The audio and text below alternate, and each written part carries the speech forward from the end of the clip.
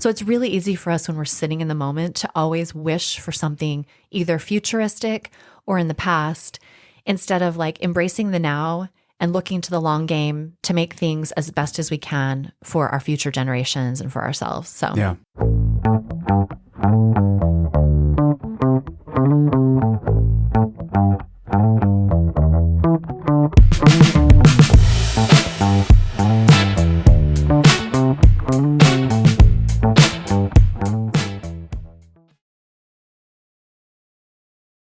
One of the things somebody has told me about you is that you show up to the meetings prepared. Like you've read the things that you're supposed to read. I always try.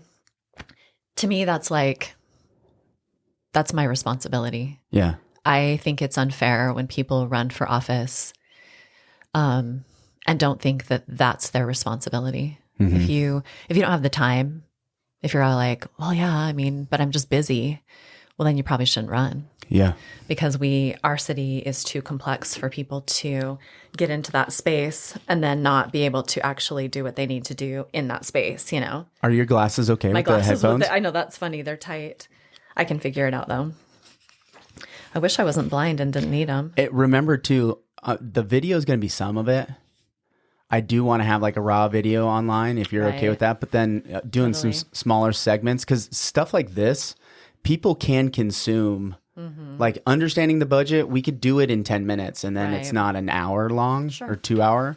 But when you go through and you prepare for it, I want to step back because you went to SUU and Dixie. Correct.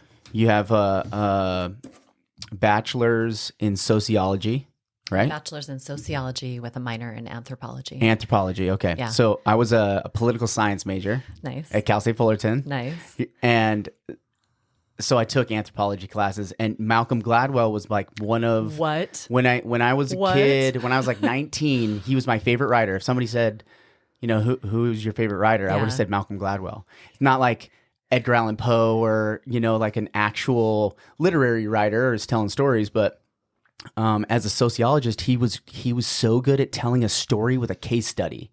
And for my brain, it just so connected with me. It just it was like he was tapping into a like understanding that in describing something complex in that way, you could tell a really deep story. And that was my favorite part about all of his books. And so I read Blink, but then I started reading all of his New Yorker articles. But so how familiar are you with Malcolm? Very. Yeah. I love him. Yeah, he's brilliant. I think that he is genius because he's always willing to be wrong. Malcolm Gladwell's always willing to be wrong. And I love that about him. To me, it's probably I view it as our most challenging thing in our community right now is people who demand that they are always right. They are not open to challenging their assumption. Like, and Malcolm's, that's, you know, he would start every book with, I have a theory and I'm challenging this assumption that most people think is just true. Yeah. Right. And like, he did a whole podcast. Did you listen to his revisionary history book? Oh yeah. Podcast? Revisionist history. Revisionist history. So good. And so he just challenges assumptions. And I think locally, it's easy for us to get so caught up in like national news and like going macro all the way at the top. And we forget how much of our life is really impacted just with the people you run into at Walmart and the store. And, you know, you drive past every single day. Yeah. We have access to that. And with today's technology and then with understanding how important community is and meeting face to face, because I think COVID's helped us all realize face to face, it does something that digital will never be able to recreate. And we all know that now. We don't have to test that theory anymore. I actually think science knew it already. We just hadn't accepted it. Like we were headed the other direction, but science already knew that bonding. You know, why do they set a baby right on the mother's chest, like right after birth, right? Yeah, right out of the gate. Like there's so many times that science has shown the way that our bodies actually, our energy in our body actually physically reacts to other humans. Right. So it's like we knew it, but I have this belief that life is about relearning things that we already knew. Like I really have always believed that Like children almost know it all. Like truly. They're born with belief in themselves. Mm-hmm. They're not born with a lack of confidence. Like babies are confident. When they want something, they're like, I want it now. I know what I want. I have a 2-year-old and he will jump like he has no idea what gravity is, right? Right. And at the same time, it's like this infinite confidence. It's like, no, I'm going to do this thing. Yeah. You can't tell me I can't do it. Yeah. Right? Yeah, absolutely. And I think that society teaches us, you don't know what you think you know. And then we spend the rest of our life like relearning what we already knew, what we came with, which was like that we're all of infinite worth and that we all, have like value and something to give to the world. And none of us are born thinking we need to be like everybody else. Right. We're all born 100% confident in who we are. Unique. And then we unlearn that. Or somebody unteaches us. Yes, that's what I mean. Right? Absolutely. It's like stripped out of us. Some of it though, like, because as I've gotten older, I've forgotten things that it's on me to remember, right? And learn. Absolutely. And so there's the twofold thing. It's us being taught something and then us also just forgetting what we already knew, right? As time goes on. Yeah. Yeah, it's so fascinating. So that's my deep thoughts by Dannielle. Well, because we can go deeper into that because so in September of 2020, I was baptized. I go to a local church here in St. George called Red Mesa Fellowship. Okay. So it's an evangelical Christian church, right? God sent Jesus. Jesus made disciples. Disciples then taught people the one lesson of Jesus, right? And that's the Christian movement on that side. So I was baptized in September and I really looked into reading the Old Testament, understanding history and realizing that thousands of years ago, these stories have been passed down from generation to generation to tell us that those lessons that you just said, we have understanding, value, self-worth, right? There's certain unalienable rights that God has given us. And we make the same mistakes as humans over and over and over and over. Mm-hmm. And all the problems and issues you have when you read stories that are 2,000 years old are the exact same things we're dealing with right this second. Yeah. And we get to choose as a community, are we going to make the same mistakes as the past or are we going to learn from them and be able to move forward? And without talking to city council members, but then also local religious leaders and local business owners that are actually contributing to the financial economy, that are producing the goods and services that keep us alive. St. George is awesome because we're like a little island in the desert. We're like a desert island in the desert. We don't have metros that really, there's some support system that happens in there. And we do rely on some commerce at a certain level. Sure. But most of the community... Back to Parowan Cattle Company, you've provided food for the people that were around the area, right? Kind of. I mean, I would argue that we actually are a food desert. So I would argue... We're a food desert. Okay, good. Yeah, I would argue that at least commerce-wise, it's something that I feel very strongly that we need to work on. Mm-hmm. Because back when my family started the Parowan Cattle Company in 1863, they also were creating cheese. They had a cheese factory. So they had all this cattle and they'd run the cattle up Parowan Canyon in the summers. And the industry is actually really interesting. So they'd milk cows up there. They had cheese where they would like put the cheese to cool it in the river. They had this whole system. Oh, wow. And then take the big cheese wheels up to the state fair. And it's kind of a fun history to read. But that was out of necessity because they didn't have trucks coming in bringing vegetables from California. Right. So we've changed our existence in that way. I mean, everybody in my family, I still know how to can, to bottle, because I grew up with that. I grew up with an industrious mom who we always had a huge garden. We just learned that kind of industry. And then she taught us how to bottle and how to preserve so that we would have food because that's the way they existed when she was a child growing up in Parowan. Mm-hmm. But now we've changed to be so dependent upon trucks coming in. In fact, the estimate for St. George, and it was really driven home during COVID. You remember when the panic hit right at the first and people were just clearing the grocery store shelves? 3 days. That's our estimate. So if we had no trucks coming in, none, 3 days, our grocery store shelves will be empty. A lot of people do store food in Utah, and hopefully people would share.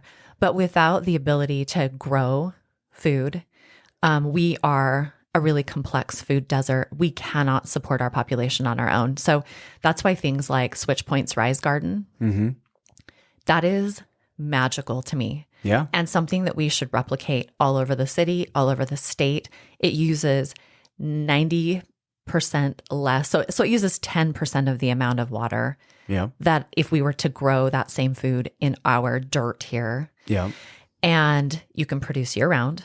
It produces much faster. It doesn't have soil erosion. The nutrients are actually higher because the soil isn't leaching any of the nutrients. I mean, there's so many cool things about that aeroponic, hydroponic system. Yeah. And it's relatively inexpensive for the amount of produce that you can create. And those ecosystems in those vertical gardens. So if this is funny, really, I'm going to go on a sidebar and forgive me because I'll probably do this 5 times. I can't help it. Breaking the third wall and realizing you're recording and then there's like an audience is always weird to me. Yeah. But then you're like, well, they are there. They're listening. But then at a certain point, it's just you and me. Sure. And one of the thoughts, though, is that if you haven't, I'm going to take a second. If you haven't investigated the Rise Garden or know what Switchpoint's doing with that, go to switchpoint.com, right, I think, and just go get involved in what they're doing. That's an awesome project that they're doing. Yeah. And the complexity of that vertical farming, though, you can make it really complex or simple, right? Right. But as the more complex we get, the better it gets, right? Yeah. Like you can add, a fish ecosystem into the vertical garden that's on top of it, right? There's so much you can do. So much you could do. Yeah, it's really cool. And I mean, let me jump to a sidebar there because when you said that, it made me think of Switchpoint is actually a really excellent example in our community of not only solving problems like our food desert problem, but so many of our complex problems, right? So Switchpoint's goal right now is to become totally independent of government subsidy. Right. So, and they don't get a ton. They do get a lot still. They do get okay. quite a bit. I mean, I think my last estimate that I heard from them was like, it's either 65 or 75%. They're still being run on either local, state, or federal grants, a combination. Okay. And grants. These are grants. Right. They're grants. But they're working really hard and in an excellent way to create sub-businesses that could get self-sustaining to where now no longer do I need to, it was like a seed fund, right? The grants would be seed funding for a business. Right. And then the private business flourishes, right? Yeah. So Rise is not only feeding residents, but it's a private business. Right. So they can do kind of farm to table vegetables for local restaurants. They just opened their coffee company. Right. So they're roasting beans. They are the sole beans that will be carried by the new Digby's Market. That's a local market that's opening. So I mean, see the circle. Yeah. It's like locally roasted beans go to locally owned run businesses that sell it at the grocery store, and the money goes back into local homeless need. And it just keeps circling. And I'm so proud of their board. Yeah. I'm so proud of Carol. I'm so proud of everyone that has worked with Switchpoint, because you see in our nation, the homeless issue has become a handout issue. It never solves the issue. Switchpoint's model is a hand up issue. Give me your hand. Let me help lift you. You're going to be right up here with me. We're going to be working together. We're going to figure this out. That's their model. And it's beautiful. And to me, the coolest thing that they're doing right now is they are franchising their model. And cities and towns all over the nation are reaching out to Carol saying, how do we do that? How do we do it? What are you doing? How do we do that? She created the 24-hour daycare because she saw the need. So many of her residents, that's their challenge. That's right. I work at night. She did that too. Nobody will watch my kids. But then the 24-hour daycare is also available to anyone in town, and they can pay full price. That was a need I had in a separate group of people. I'm like, we got to figure this thing out right here, because single moms happen, right? And single dads. And I just met a single dad the other day. Single dads happen, and elderly get behind.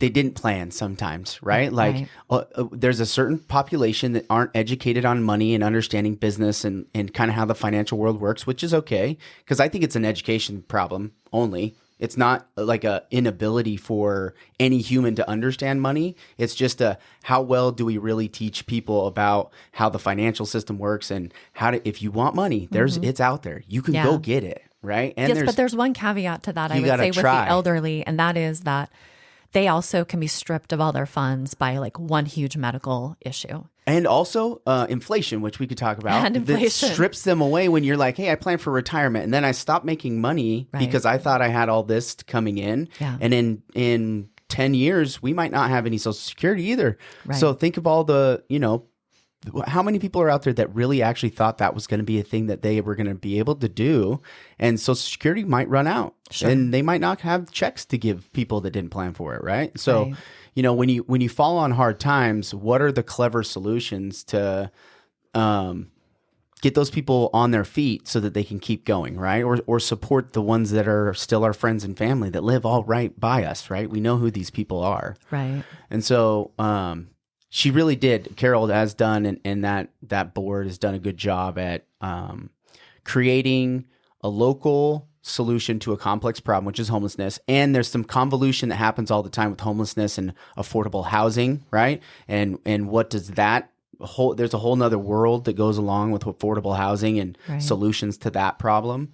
But, stepping back just a second into the conversation though, You decided to run for city council, and tell me about what has happened in your first, because you're just coming up on re-election. Is that right? Mm-hmm. And it's a 3-year term or 4-year term? 4-year term. 4-year term. And are you going to run again? I'm planning to run again. You are planning to run again. Yeah. What made you do it the first time, and then what's changed? Has anything changed for you in this first election cycle, as they say? Oh yeah. Good question. What made me run in the first place is I could just see that I was possibly a little different. I love our city. I just love it. I can't say enough good about it. We live in the most stunningly beautiful place in the world, and that beauty inspires people to do good things, to care about where they live, to want to stay, to make it amazing so their kids can stay, right? So I've really felt that. And then I could see, as I was watching our local government and I was interacting with them, because I served on the Art Around the Corner board for years. I started on that board in about 2004 when it was just a brand new organization. I love that organization, by the way. It's one of my favorite things. It's so fun. And it really gave me an opportunity to see behind the curtain of how government systems work. And, we were trying to get the city to support the program and to show the benefit that it would have for the community as a whole, and for the art scene and the tourism that it would bring and the money that would bring to keep property taxes down and, the whole circle. So originally we were just trying to get the city on board. Now we don't have to really fight for that anymore because it's proven itself. It's self-sustaining. It's an expansion on Malcolm Gladwell's broken window, when he talks about broken window theory, right? And and what they did in New York. It's just, you take the idea that when you live in a community. Was he talking about the High Line? I can't remember what he talked about on there. Did he talk about the High Line? I know the broken window theory, but did he talk about the High Line in that? What's the High Line? The High Line is where they took the old railroad. The railroad, and they turned it into a city park, and it's like elevated above the city all along through Chelsea. So going back though, is that the original problem was graffiti, broken windows, all that stuff, right? And so when you start there and say, if I just fix the broken windows and repair and maintenance and clean up the graffiti, don't let 1 second go by, right? If graffiti hits a wall within 12 hours, it's cleaned up. Right. Like the fewer people that see that graffiti, the better. Yes. And it worked, right? So there's a Rudy Giuliani thing, in a class. Now the funny thing is there's more to that story with the mob and organized crime at that time and the expansion of businesses entering New York, right? There's a whole lot Robert, there's always more to the story. There's always more to the story, I've learned. Right? There's always more to the story. So, but the idea is that if you keep this going and you say, not only am I going to clean it up, but I'm going to actually improve the aesthetic of the environment, and people start to want to just be better, right? When they drive by it, they're like, man, that inspires me to make something cooler and, clean up my own yard, right? No, I love that so much. That's exactly my theory about St. George. Yeah. Like that. Yeah. That's why people move here, because they take a pride in it immediately. They see that other people are taking a pride in their space. Right. And when people don't care, somebody throws their cup out the window and you're driving behind them. Right. You don't see that commonly. And when you do, it's super frowned upon, because it's like, hey, come on. Yeah. Why would you do that to our beautiful space?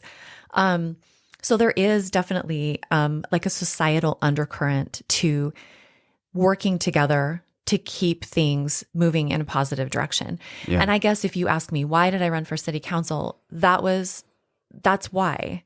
Because I knew how much I cared about community.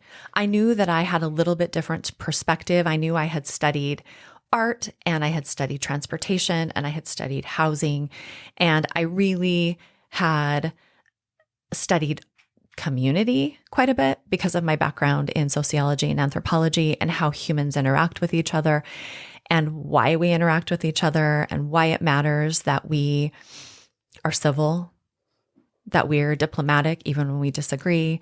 I knew why all those things mattered to me, and I just thought, why not? I honestly, the first time when I ran, I just thought there's a really high likelihood that I'll lose, because there were incumbents running. All three incumbents were running. And at the end of the election, 2 of us were elected that were new, and then one of the incumbents was reelected. Who was the other new one? Greg MacArthur. Greg. Okay. Yeah. And I was the only one who, it was my first time running. Greg had run a few times. Jimmy was an incumbent. And so my likelihood of getting elected was pretty low, right? Because it can be challenging to get elected your first time. So I just was like, I'm just going to give it everything I've got, and I will share my message, and I will share my love for the community and what I desire to do. And that's it. Going back, did you ever think I would go sit in a public seat, like going back to college? No. Had you considered that at all? When did that start to hatch? No, that was really, I'm sure you've heard that concept of like tapping someone on the shoulder. For me, that's how I started conceptualizing sitting in a public seat, because it's quite uncomfortable. It's not something really very desirable for most, because you have to, okay, this is an example of the conversation with my husband before I decided to run. I'm saying, I feel compelled to run. Are we prepared as a family to have 50% of the community decide they hate me overnight? Because in their minds, if you're running, some people feel like if you run, you've got an ego problem. That's the only people who would run, right? Or there's like one issue that they take issue with. So they might agree with you on 99% of the things that you think, but they might find one thing that they say, I heard Dannielle say this thing, and this one thing I disagree with. I heard a really good one on YouTube that we can talk about. Yeah. Well, I'm sure I know what it is. And I laughed. I just kept laughing, and I'm like, yeah. So, I get accused of things that can be quite silly and don't really make a lot of sense. But people have a right. Like if I put myself in public office, like people have a right to their opinion. Yep. They have a right to share their opinion. And so I had to prepare myself emotionally and mentally for, am I going to be okay with being in that space? Because I know it's the right thing to do, and I know I can contribute something to my community. I know in my perception that I should get in and get out. Mm-hmm. Like I will run again this time. Mm-hmm. I'll either win or I'll lose. If I lose, that's okay. That's, the voice of the people. If I win, I will give it my all for 4 more years. And then I will most likely be done, because it's really important to stay sharp in that space. Mm-hmm. I think you need to feel uncomfortable. I think that if you get comfortable in that space, that you're not serving your community, because you will, at least in my perception, I worry that I would be lackadaisical if I felt too comfortable in that space. Can I push back on you on that though for a second? Yeah.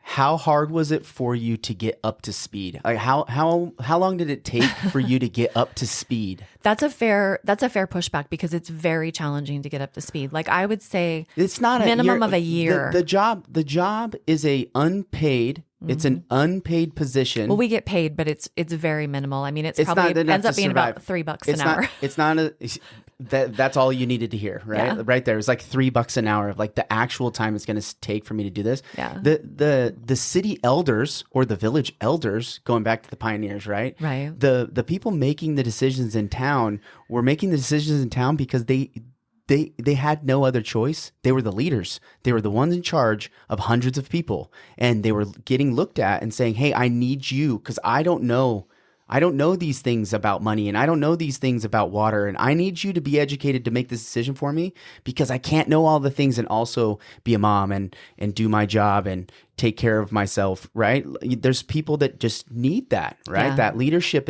comes with a cost, and the cost, is a burden. Right? Yeah. Like heavy is the head, the wears the crown is, I think, the saying, right? And at the same time, the city council, there's a lot to it. And so by the time you're up to speed, you said a year?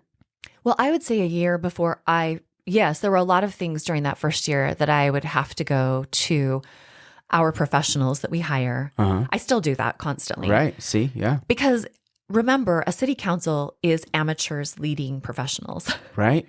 And that's the way it was set up to be, right? So a city is a corporation. Yep. And we are the board of directors. Mm-hmm. And we've been elected by the owners of the corporation to be the board.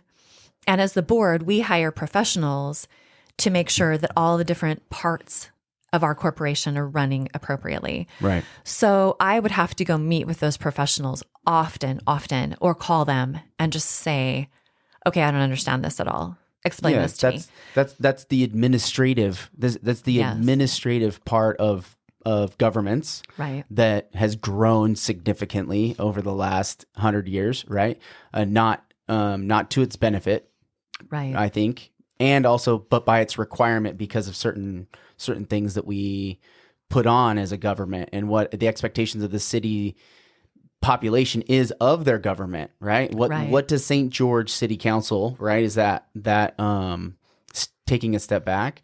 So as a corporation, though, sitting on the board to say I'm going to hold them accountable so that the administrative doesn't run wild and be that anchor is an important job. Oh, absolutely. And we're the legislative arm, obviously, so we're legislating, hopefully in a very light-handed, not heavy-handed way. Legislating as little as possible to allow the city to run as smoothly as possible so that we're all getting along. Just to give you an example of the complexity, take our energy department. So we have a couple of enterprise departments. One of them's energy, one of them's water. Energy is foundational human requirements. Crazy complex. Yeah. Crazy complex nowadays. It's like day trading. I don't know how much you know about how cities and entities with energy, but they're constantly buying and selling energy from each other. So I do not know, and I want to know. Oh, it's beyond cool and complex. So you have to have a leader in your energy department who fully understands how to buy and sell and trade energy in a way that at the end of the day, we are buying low and selling high. It's day trading. And then we're also producing our own energy. So how much energy should you buy? How much energy should you produce? Sometimes it costs you so much more to produce it that you're better off buying it low. Yeah.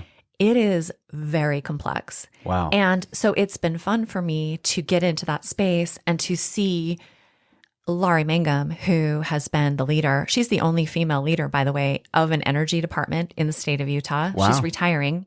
It's been a traditionally pretty male, strong place. I want to talk to her. Yeah, she's really cool. And it was challenging for her to work her way into that space just because it wasn't really a female welcoming space. But she has...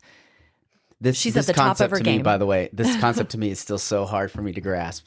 The the dynamic in leadership, female leadership positions. Sure. Because I grew up in a house where my mom and dad, it was clear that my mom, she called the shots, right? Which is great. And it was a requirement of my dad, because I'm a lot like my dad, where I'm like, hey, I have all these creative thoughts and these things in my head, but I need somebody to tell me what to do, right? I'm kind of the soldier in that way. Right. And so, but it was my mom. And then I went to a military school, and we had female leadership all from a young age all the way up.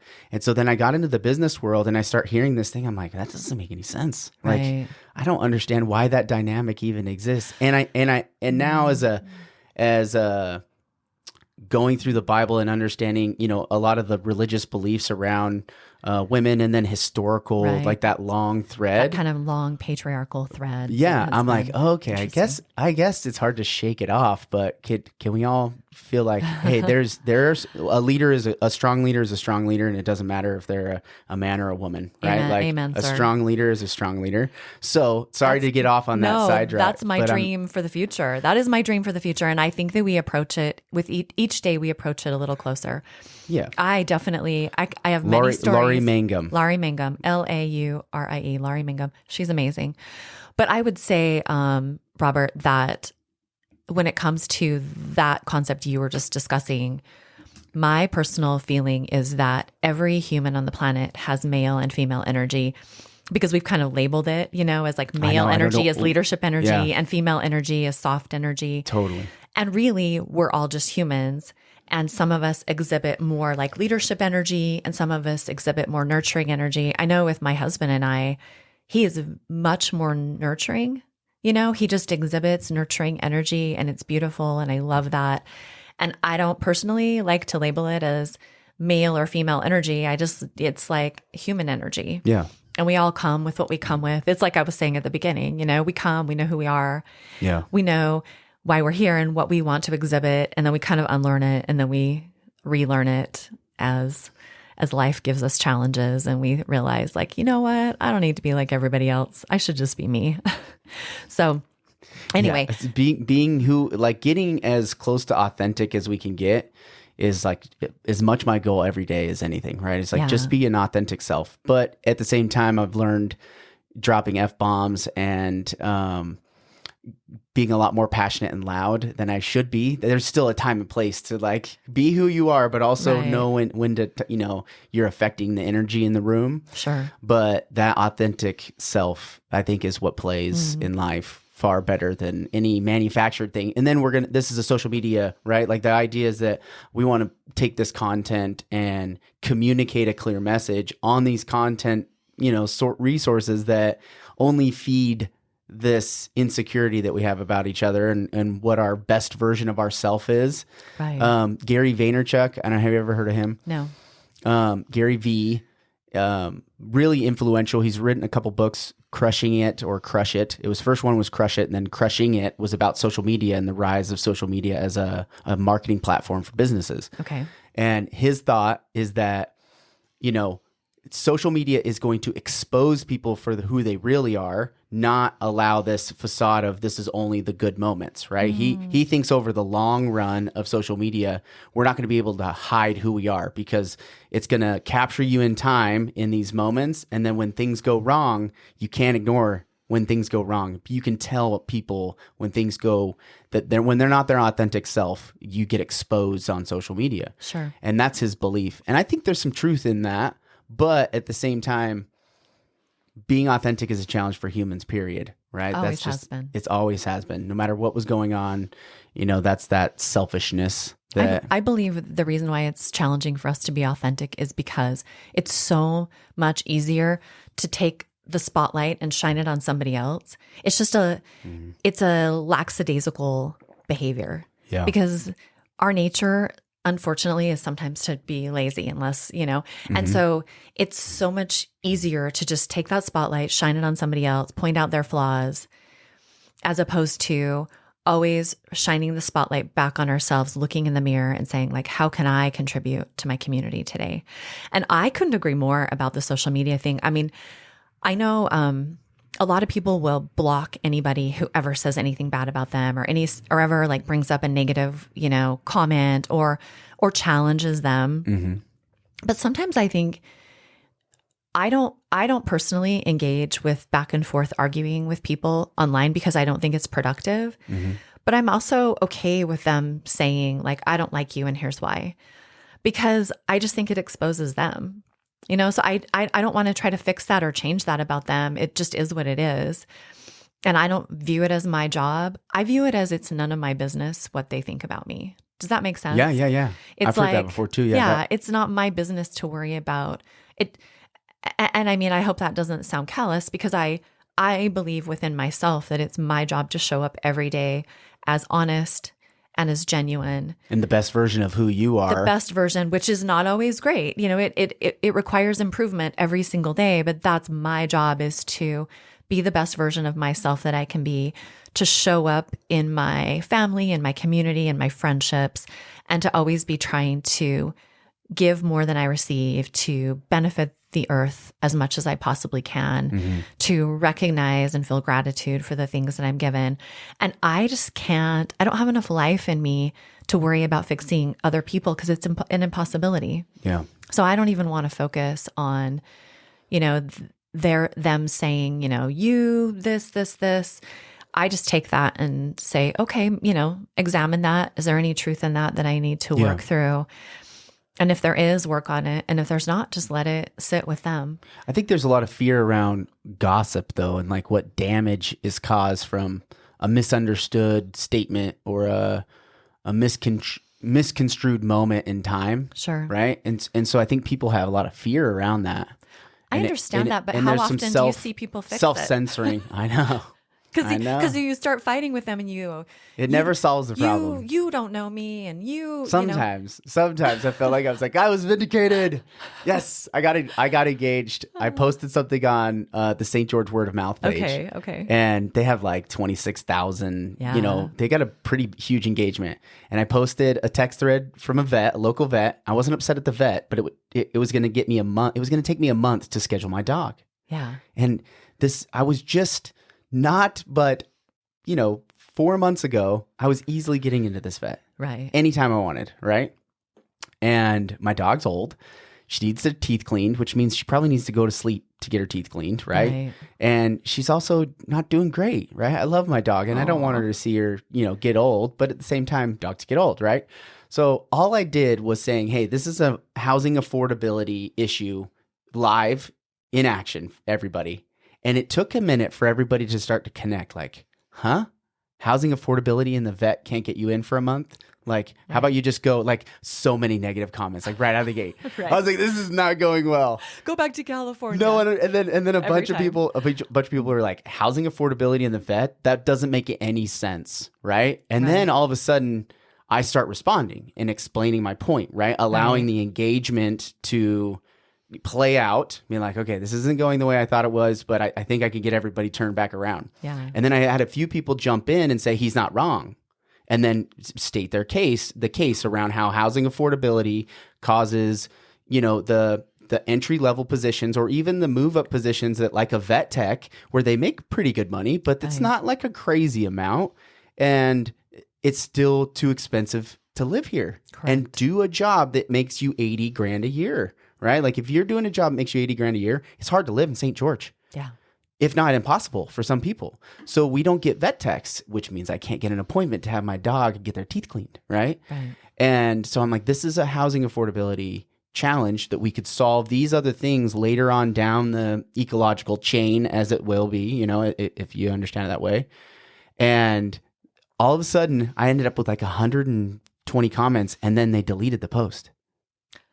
But I started engaging with a couple of people, and like it wasn't, I was trying to say civil, but somebody would say something, and then I'd answer it, and they'd be like, "Oh, okay, that makes more sense, right?" And so there's like that vindication where you're like, I engaged in the comments, but it was to engage in discourse. Like let's talk about something at a kind of high level, and how many people are really willing to engage at a higher level engagement. And it seemed like I got quite a bit of engagement at a high level on Facebook in the comments, which they tell you stay out of the comments. But in the local environment, right, if you're communicating with somebody in California, and this is some of the things I see on Facebook too, is that people don't even live here, and then they have an opinion about what's going on in St. George. Sure. Right? Which I appreciate that you have your opinion on that and you can have that, but it's not helpful to the discourse, which keeps other people from engaging, right? It keeps people that are local that might have a different opinion from engaging in the conversation. But, you know, I feel like there's an ability to have a digital town square. Where is that one place that we can all locally have a conversation about topics that are important? And, you know, the public forum and come into the city council meetings. Yeah. Right. Sometimes you're there for 5 hours, 6 hours. Oh, we're right? there for, such a long time. You know, back to your engagement there. I mean, I think you're okay to go into those, and it's like a test pilot, right? Like you were testing it. Yeah, it was. Yeah. You're like, let me test this out. Let me see if I can get some actual dialogue here. If you head into it in a headspace where you view it as that, I think you're okay. Yeah. Because you could have exited that with nothing but angry comments and you'd say, okay, well, that was interesting. I probably won't do that again. Right. But you exited it saying, I might try that again because I got some actual dialogue. Mm-hmm. With people I don't know. Right. Meaning people who are actually able to think about it and engage and maybe even change their mind or help you to change your mind. Or just plant the seed of start thinking. Yeah. Like just start thinking about it. Even if you disagree with me, that's all right. Now improve your argument on your end of things, right? So what you just said is the challenge because you're allowed to disagree with me and that's all right. That's something that for some reason we've lost in society. Yeah. This idea that if we disagree, one of us has got to be bad. Right. One of us has to be the bad guy and one of us has to be the good guy. And we're always positive that we're the good guy and the other person's the bad guy. That is so problematic because the reality is every single day, every one of us is both the bad guy and the good guy. Yeah, we can all put our swords away. Of our lives. Everybody can put their sword away. Yeah. We can all just do, you know what? We're going to put our sword away. Yeah. We could choose that. Yeah. But we don't choose it. No. And I think it's just like, once again, it's that laziness of like, if I'm right and you're wrong, I don't even have to think about it. Yeah. You know, I don't have to engage. I just say, well, you know, I'm always right and you're always wrong and we don't need to even have this conversation. So that fear of engaging and realizing, you know, oh my gosh, I was totally wrong about that. Yeah. You know, I actually called one of our city council people last week because he and I have been having a conversation about one particular subject for like a year and a half. What topic? I can't tell you. You can't even tell me the topic? Give me a general topic? No, all right. Dang it. No, it's too, I can't share. It's too much. But it's classified. But it is, it actually is. But I called him and said, you know, you were right about this all along. And he was like, I know that there's this underlying thing that we can't see yet, but it's there. And I was like, I'm not so sure. So for the last year and a half, I've just been saying, I'm not saying you're wrong. I'm just not so sure, you know? And I finally was able to say, okay, I can like see the full picture now. And you're right. Mm-hmm. It feels really good to learn from other people and allow them to be your teacher, your mentor, to be right. Yeah. And it doesn't have to be a gloating situation. Nope. It doesn't have to be a self-flagellation. I'm so stupid. How did I not know that? Which is interesting because at kindergarten and first grade, this is the fun. These are like what we're trying to teach a human, right? Like any human at kindergarten and first grade. If you talk to a kindergarten teacher or a first grade teacher, you for sure learned that this is a thing we're trying to teach kids, right? Is like you can help somebody and get and accept help from others and not have it be a thing. And if we don't do it as a team, class is going to be a lot harder. Oh, yeah. Right? Like we all got to clean up. We all got to put our chairs up and take care of our own stuff, right? And hey, will you help this one that's struggling a little bit? Because the range is visible in a first grade class as a sample of society. They're all there. They're the super smart ones, right? They get in the back of the class. Right. Because the ones that are naughty, that like me, I had to sit right in front. Were you the that teacher, kid? I was the kid. I had to sit in front. Even today, when I go to church on Sundays, I have to be up front. If I'm not up front, I'm not paying attention and I need to be taking notes. I'll just float away. I'll float away, or I'll get tired and I'll fall asleep. I used to sleep in class. If I was not right there engaged, I would sleep in class. Well, I sat on the front row, but I wasn't forced to. I just was nerdy enough, so I just wanted to. Yeah, you were like my best friend Simon. You were like my best friend Simon, who was like the first one in the class, fully prepared. I'm Simon. You fully prepared. Fully prepared. And so, and I was the one that, because as a attention deficit, right? And a lot of people say, hey, I have this as somebody that has a hard time prioritizing what's important, right? That's where my fundamental issue is like, what's the highest priority that I need to do right now in this moment or over the course of a day? And I have a hard time saying this is more important than this because sometimes there's 75 things you're looking at, 75 different things I'm looking at, and I could get lost in one thing for a really long time. Okay. Right. And then look up and like, oh my gosh, 2 hours have gone by and I got to go do this thing. Right. And so I had to sit up in class. But if you go back to, if I come back from that and say first grade, you have the ones that life comes easy to, that reading and the numbers, paying attention, following instructions are easy. Right. Then there's the kids that don't. Then there's the kids that are struggling, right, that have something going on at home, or they're hungry, right, that no one knows about, right? There's the kids that are hungry in those classes. In every one of our schools, we have all these little examples, and we all grow up. And then we're expected to be the governors and the mayors and the city council members in society. Right. And there's that spectrum that goes along. So accepting that help from somebody that you don't always agree with, but saying, hey, that was something that I was unexpected, and I'm glad we had the opportunity to learn from each other, because I'm sure he probably said he's learned something along the way as well, right? Right. It's not a one-way street. No, he was very kind not to gloat. No, he'd be like, well, I told you so. I told you. I'm totally the guy to be like, I told you that. I already told you that. No, we had a great conversation. But, what you're saying right now makes me think of the holistic nature of our cities. Yeah. Because that is one of our challenges, is understanding the way every single thing we do.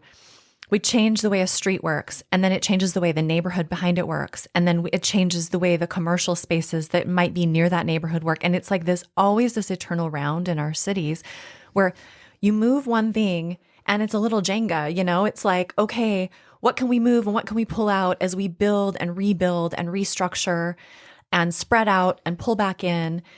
What are we affecting? And at the end of the day, remembering why that holistic circle matters is because we're affecting human life. Sometimes I think we disconnect from the human element of it, and we're just all business. The corporation's all business. Well, to me, remembering that corporation was formed by humans for the value of humans, to make humans' lives better. Why did the Mormon pioneers come here in the first place?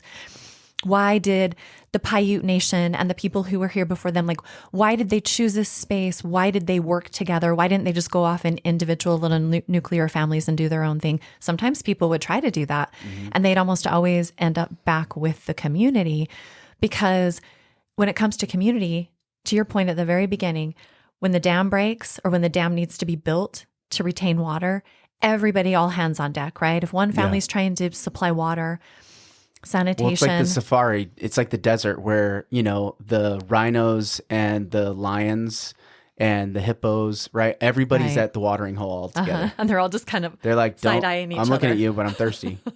Hey, everybody's chilling out at the water hole. Right. We'll get back after it later, okay? That's right. And that's community's requirement for survival. It absolutely is. And But it's the 21st century now too, right? It's not the pioneer days. We didn't have marauding natives and other native or otherwise roaming this outskirts of the town, right? Which I think, what's the ghost town right outside Zion? Grafton, right? So the reason Grafton was vacated or ghosted is because there was some danger, and Brigham Young was calling. Partially because of flooding, too. Partially because of flooding, right? So there was like a infrastructure problem. And it's like, we can't support that, and we need your help here. Will you come back here? Let's gather up for safety and for the long haul, which sometimes meant a couple of seasons where there wasn't a lot of water, or there was a ton of water, right? Which happened 100 years ago. We actually had quite a bit of water in this area.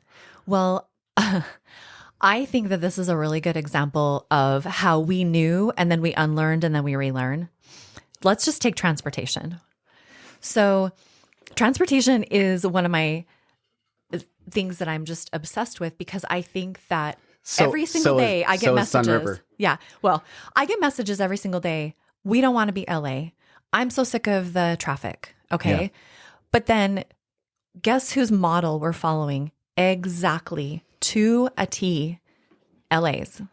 Why? We are following the Why exact are we doing that? model that LA follows, which is if the road feels crowded, you widen the road. And then it induces demand and the road feels crowded again. And then you widen the road. And then the road gets crowded because you induce demand. And then you widen the road. They have like a 12-lane freeway on one direction. It's like 24 lanes. Robert, we're embracing. It's crazy. We're just a little bit behind them.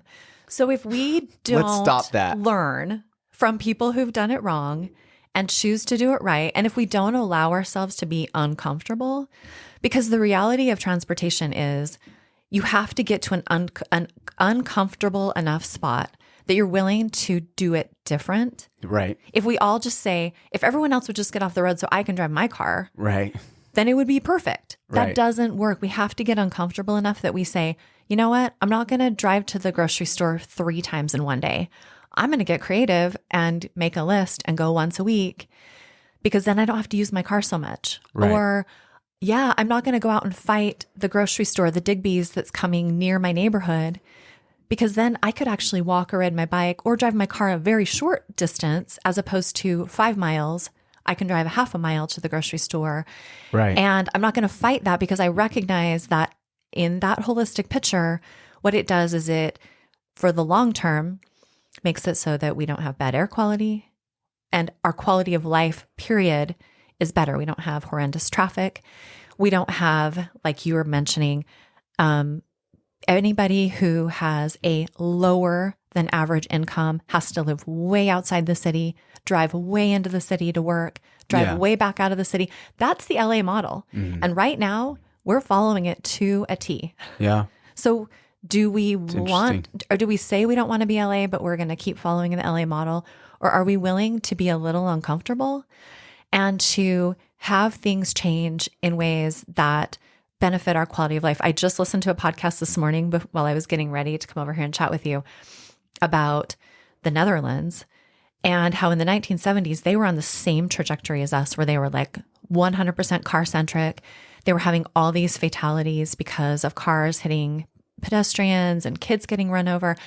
And as a collective society, they just put the brakes on it. They were like, we got to do this different.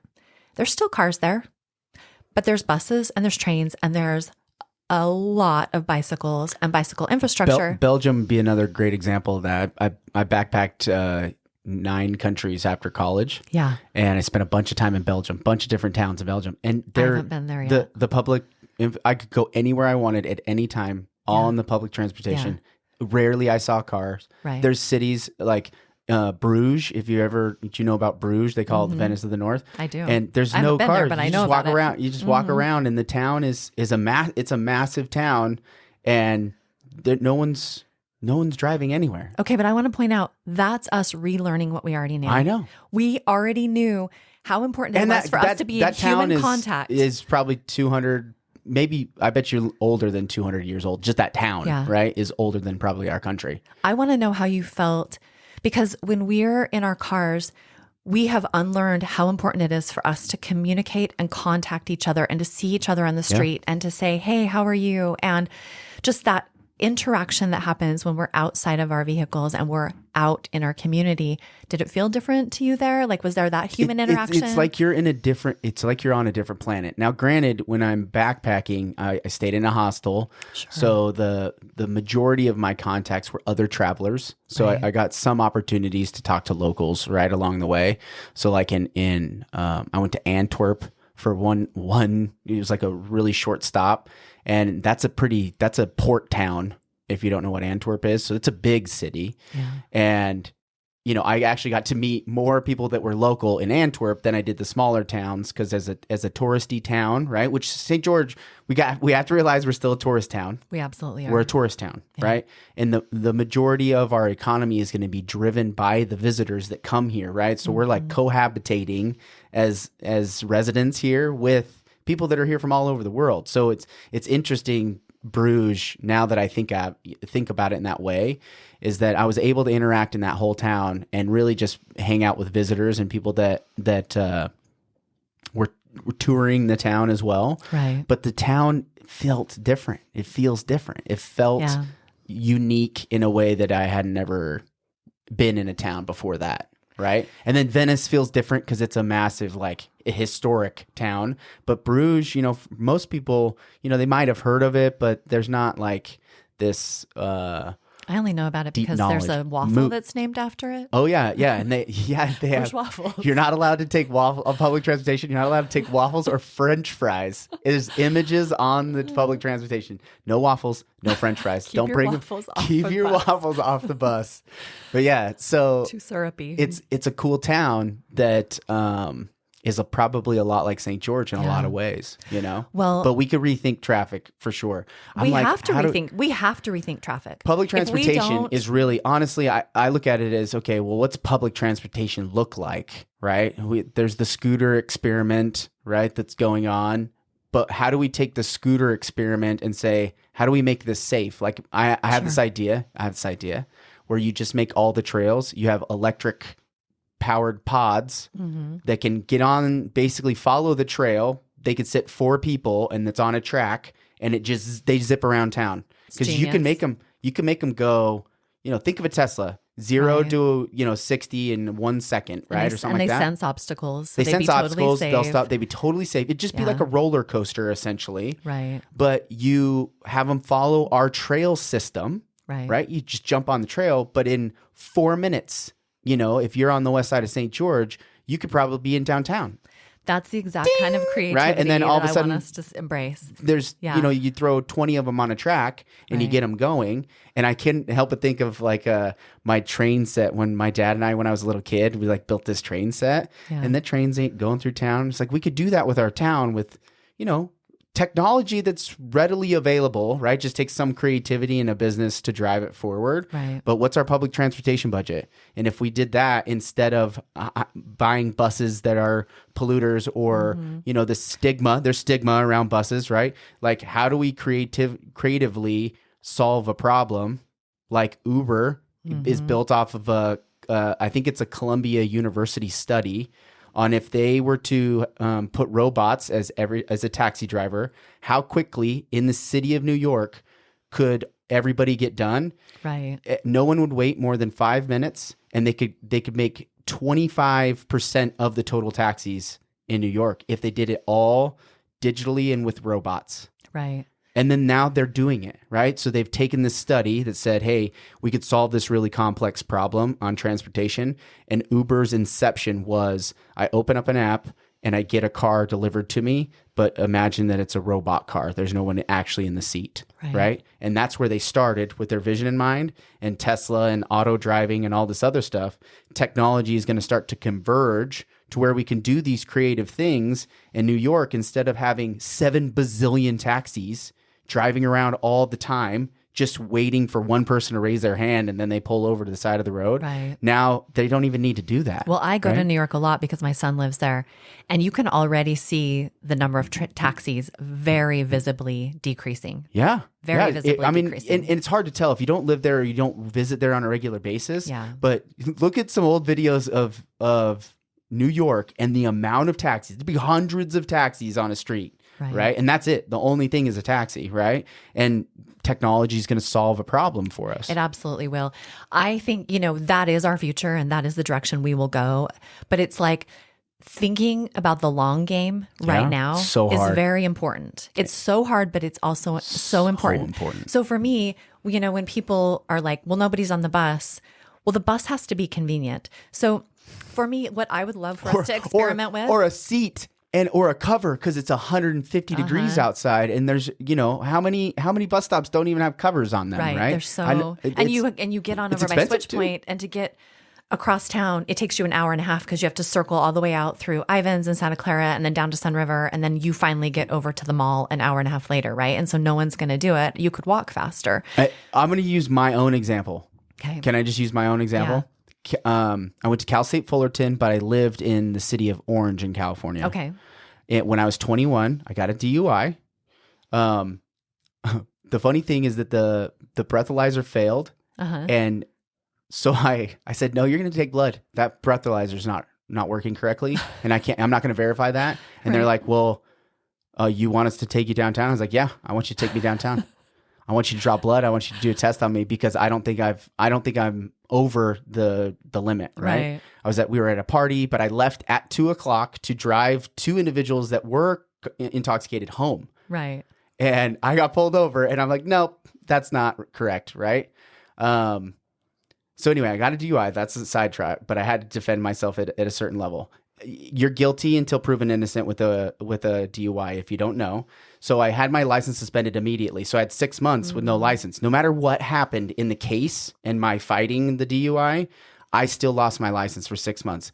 I had to get on a bus at 7:30 in the morning in Orange. Right. And it took me 2 hours to get to my first class at Cal State Fullerton. And I had to use my skateboard because I had to skateboard from one stop to the other to be able to hit the transfer. And then I took my skateboard to class, right? Because it only stopped me, it's like 2 blocks away from campus, but then campus is huge, right? So I had to literally skate to my class. I'm like, and it was my personal finance class. And if you knew my personal finances, you'd be like, clearly he missed that class. Sometimes, but it was tough. It was really hard. And then I was there all day. And then just to get back to work, I had to go another 2 hours to get back to Tustin so I could go work my restaurant job. Right. And that was my senior semester. I had 18 units. So my whole life revolved around going to work and skateboarding and on the bus to and from school. And it literally, if it wasn't for my parents and my ability to live at home and not pay for a house, I wouldn't have been able to do it. Right. It just wouldn't have been possible. Well, and it makes you realize like the limitations there, right? So limited. And how challenging it is. Like if you don't have the capacity to own a car, what are your And that was all my fault, right? Like no matter how I look at this, like it was my fault. I put myself in this situation. But think of the people there's a lot of people who have no fault of their own. Exactly. Right? They don't have the ability to have a car or they're trying to just make their way through life at the moment. Right.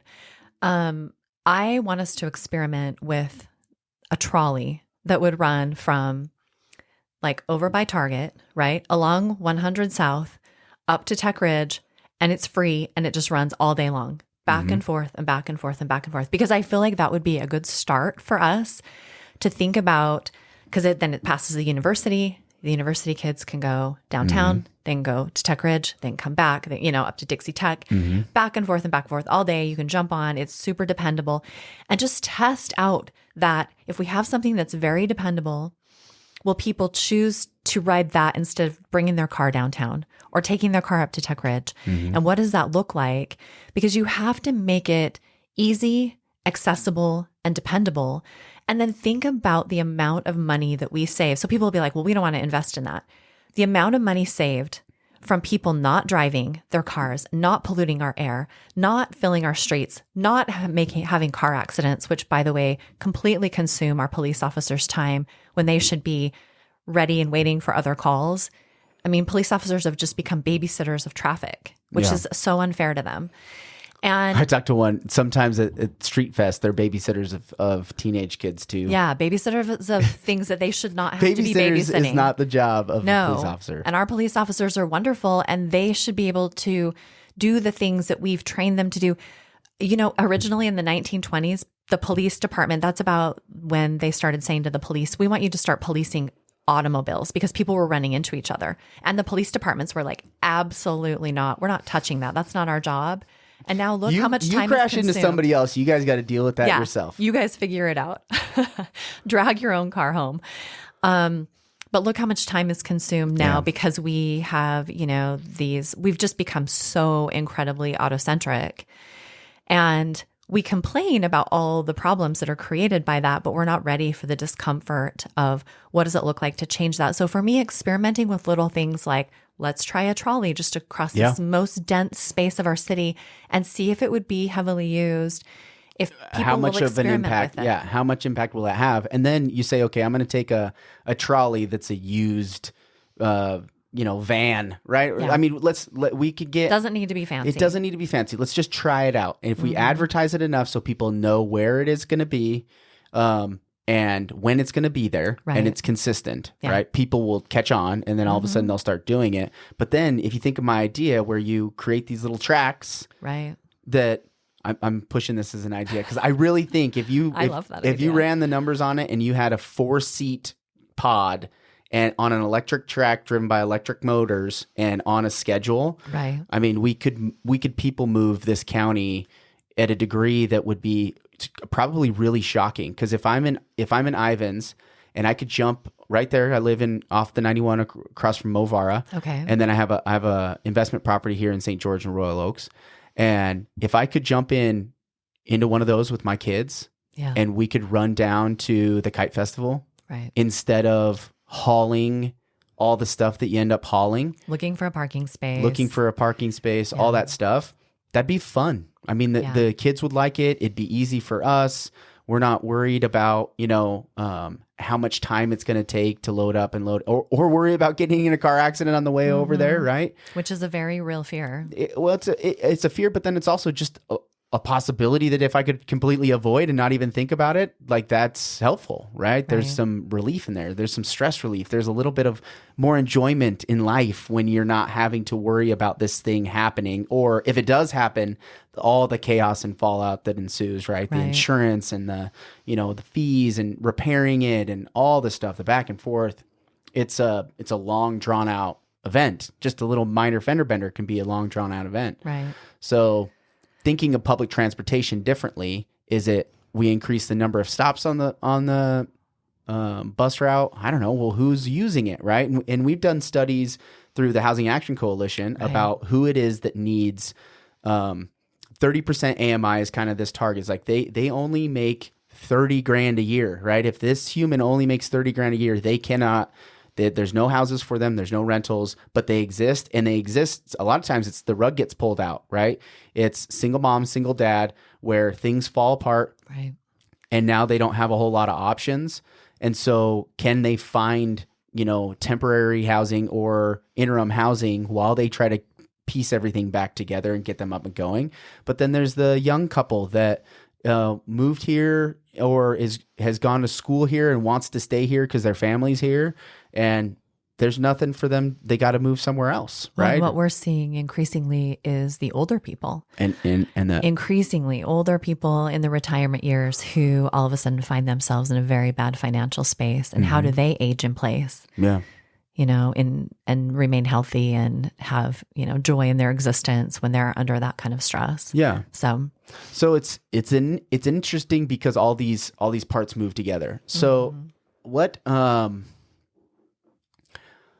there's a couple other questions that I have. Okay. But I couldn't get Chat GPT up. It's 10 o'clock. Okay. So we're doing pretty good on time. I want to cover some things that you want to cover for sure. Talk about the election coming up, I think a little bit more. Sure. Kind of what the project is that I'm doing. Okay. Because what I really want to do is have a full 25 episode podcast meeting with city leaders, really. So it'd be the city council members right now with St. George, because I know the election's coming up in November, and there's 3 seats. There's 3 seats. Three that will seats be on up the ballot. for re-election. I think it's important because that's a voting majority, right? So it's an important moment in time, I think, for St. George to say, hey, let's everybody get educated on the topics that were important 4 years ago and still are. What's the progress that we've made, and make sure that we have the right people in the position. Right. If everybody's running again, right, be able to get the platforms out for everybody who's running, right? Get the candidates' platforms clearly to the public, and then promote that as much as we can. Because I think our turnout is pretty good, at least from St. George. From the election numbers that I got from St. George News was, I think we're at like 30 to 40,000 people are voting, and our population is around 95. I think it's 30 to 40%. So I'm not sure it's 30 or 40,000. Well, if it's 95, that's about. Yeah. Oh, I just whacked the mic. That's about. Yeah, that's about. 30 that to 40%. would be about right. Yeah. Yeah. And we could do better. I know we could do better. I think that's only for the general election. Also, yeah. I would point out. So the numbers for the primary are generally really low, which isn't helpful. It's not helpful at all. It's really important. And the primaries, unfortunately, are often held. This year, they'll be in August. So it's often when people are like traveling, or they're not really paying attention to their mail because they've been gone for the summer. So that's part of our challenge is like, getting people to know who we are and why we're running during the summertime. Yeah. And so I'm glad you're doing this. It's great. Any way we can get our messages out to people so they can make educated decisions. Yeah. And something I'd like to point out, because I think it's really strange and unusual, and I think it's important for people to know it. Our council right now, every one of us was elected, including our mayor. All 6 of us were elected from the southeast quadrant. Were you aware of that? No, but I'm a West Sider. Yeah. And I 6 people. I think the quadrant. West side's the best side. We need to show up with representation. We do. Is what I'm saying, because our election is at large. So, some cities and governmental entities have, you're elected from a quadrant. Mm-hmm. We don't have that. Yeah. But we need to have voices and representation. And I'm not saying I'm not trying to throw us under the bus and say we're doing our very best to listen to everybody's voices throughout the entire community. But it matters if you live on the West Side. You see stuff. Because now that I live downtown, I see all the things that happen downtown. I'm always calling and saying, hey, there's a broken sprinkler in town square. We need to fix it ASAP, nice. Because I see it. And I'm not going to see everything that happens out on the west edge of town because I'm not out there every day. And so people can call me from the west side of town and I will always take their calls, but it's not the same as a representative. I feel like we need to have representatives from all over the community, showing up. And so I just thought that was an interesting fact. Yeah. It says something. I don't know what it says, but it says something. I think a lot of times too, when you look at, I like the West Side because it feels like you're on Mars. Yeah. It just like going home. I'm just like the red, the sun's going down and it's every single day. And you just feel like you're on a different planet. It's gorgeous. Where, in my mind, if I work downtown driving to Little Valley, I'm like, oh, I'm just going out to the fields, right? Like just going out, it doesn't feel as much like I'm on Mars, right? Like you just, I think it's amazing. So that's why I like the West Side so much because it is so beautiful. Yeah. But then it also still has a lot of that small town. Ivins is a small town. Yeah. They're doing a talk about. Did you? I came to the last one. You went to that last one? It was excellent. Oh my gosh, it's excellent. Mayor Hart is doing an incredible job engaging the community, I think. I think it's the best thing they could do. We've been working to do that in St. George. We haven't done the talkabouts, but we've been doing the 4 times a year we do out in the park, community open house. You can talk to anybody from any of our departments, all of our leadership's there, elected and administrative. But we need more of that all the time. I love that Mayor Hart's doing that. Well, and I think the idea he's taking, right, because the next talk about, so the first one was water, then the second one was housing and growth, kind of, right? It was kind of a combo. And then the next one's about city finances. Like, hey, if you want to have a conversation that might be boring, we'll have that conversation. But that means you got to show up and then actually talk about city finance. But it might be like putting a nail through your eye at certain points. Because for me, I'm like, oh man, can we just not have to have this conversation? But it's important because we got a plan with the end in mind, right? We talked a little bit about having that foresight and going down the road. How do we look down 20 years? Right. It feels like today it's hard to look down 3 months at a time because of so much stuff that we're getting bombarded with all the time, at least from my perspective, right? Well, Robert, when it comes to city finances, I think it's one of the most important and engaging topics once you get into it. Yeah. Because the reality is, how many cities in the United States have gone bankrupt because they don't manage their finances well?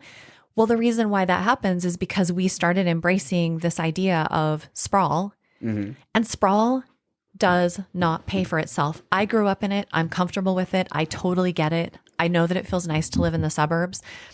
But if we're going to keep building that way, we can put it in initially. There's no money to cover its upkeep in perpetuity. Like when you single-family residences one house are an a acre, burden on a burden. city. Yes. Single-family residences. It just people don't like to hear that. Call a spade a spade. Yes. Is that if you're a government and we live in America's current governmental structure, right? A single-family residence is a burden on every element of the city. Yes. On the infrastructure, on the utilities, the water. Yes. On Thank you for understanding that. on what you're paying in taxes, which when you buy a house, when you buy a home as a primary residence for cash, and then the property taxes, that's essentially all that you're funding towards any governmental organization, not funding, right? Yes, you're not funding anything. No. Right? On paper, it'll say, oh, you're putting $300 towards the police department, and it doesn't pencil. Yeah, it doesn't get to a point where it pays for itself. No. Right? And the humans that live there, right? Especially if we only have one or two, which it's about, correct me if I'm wrong.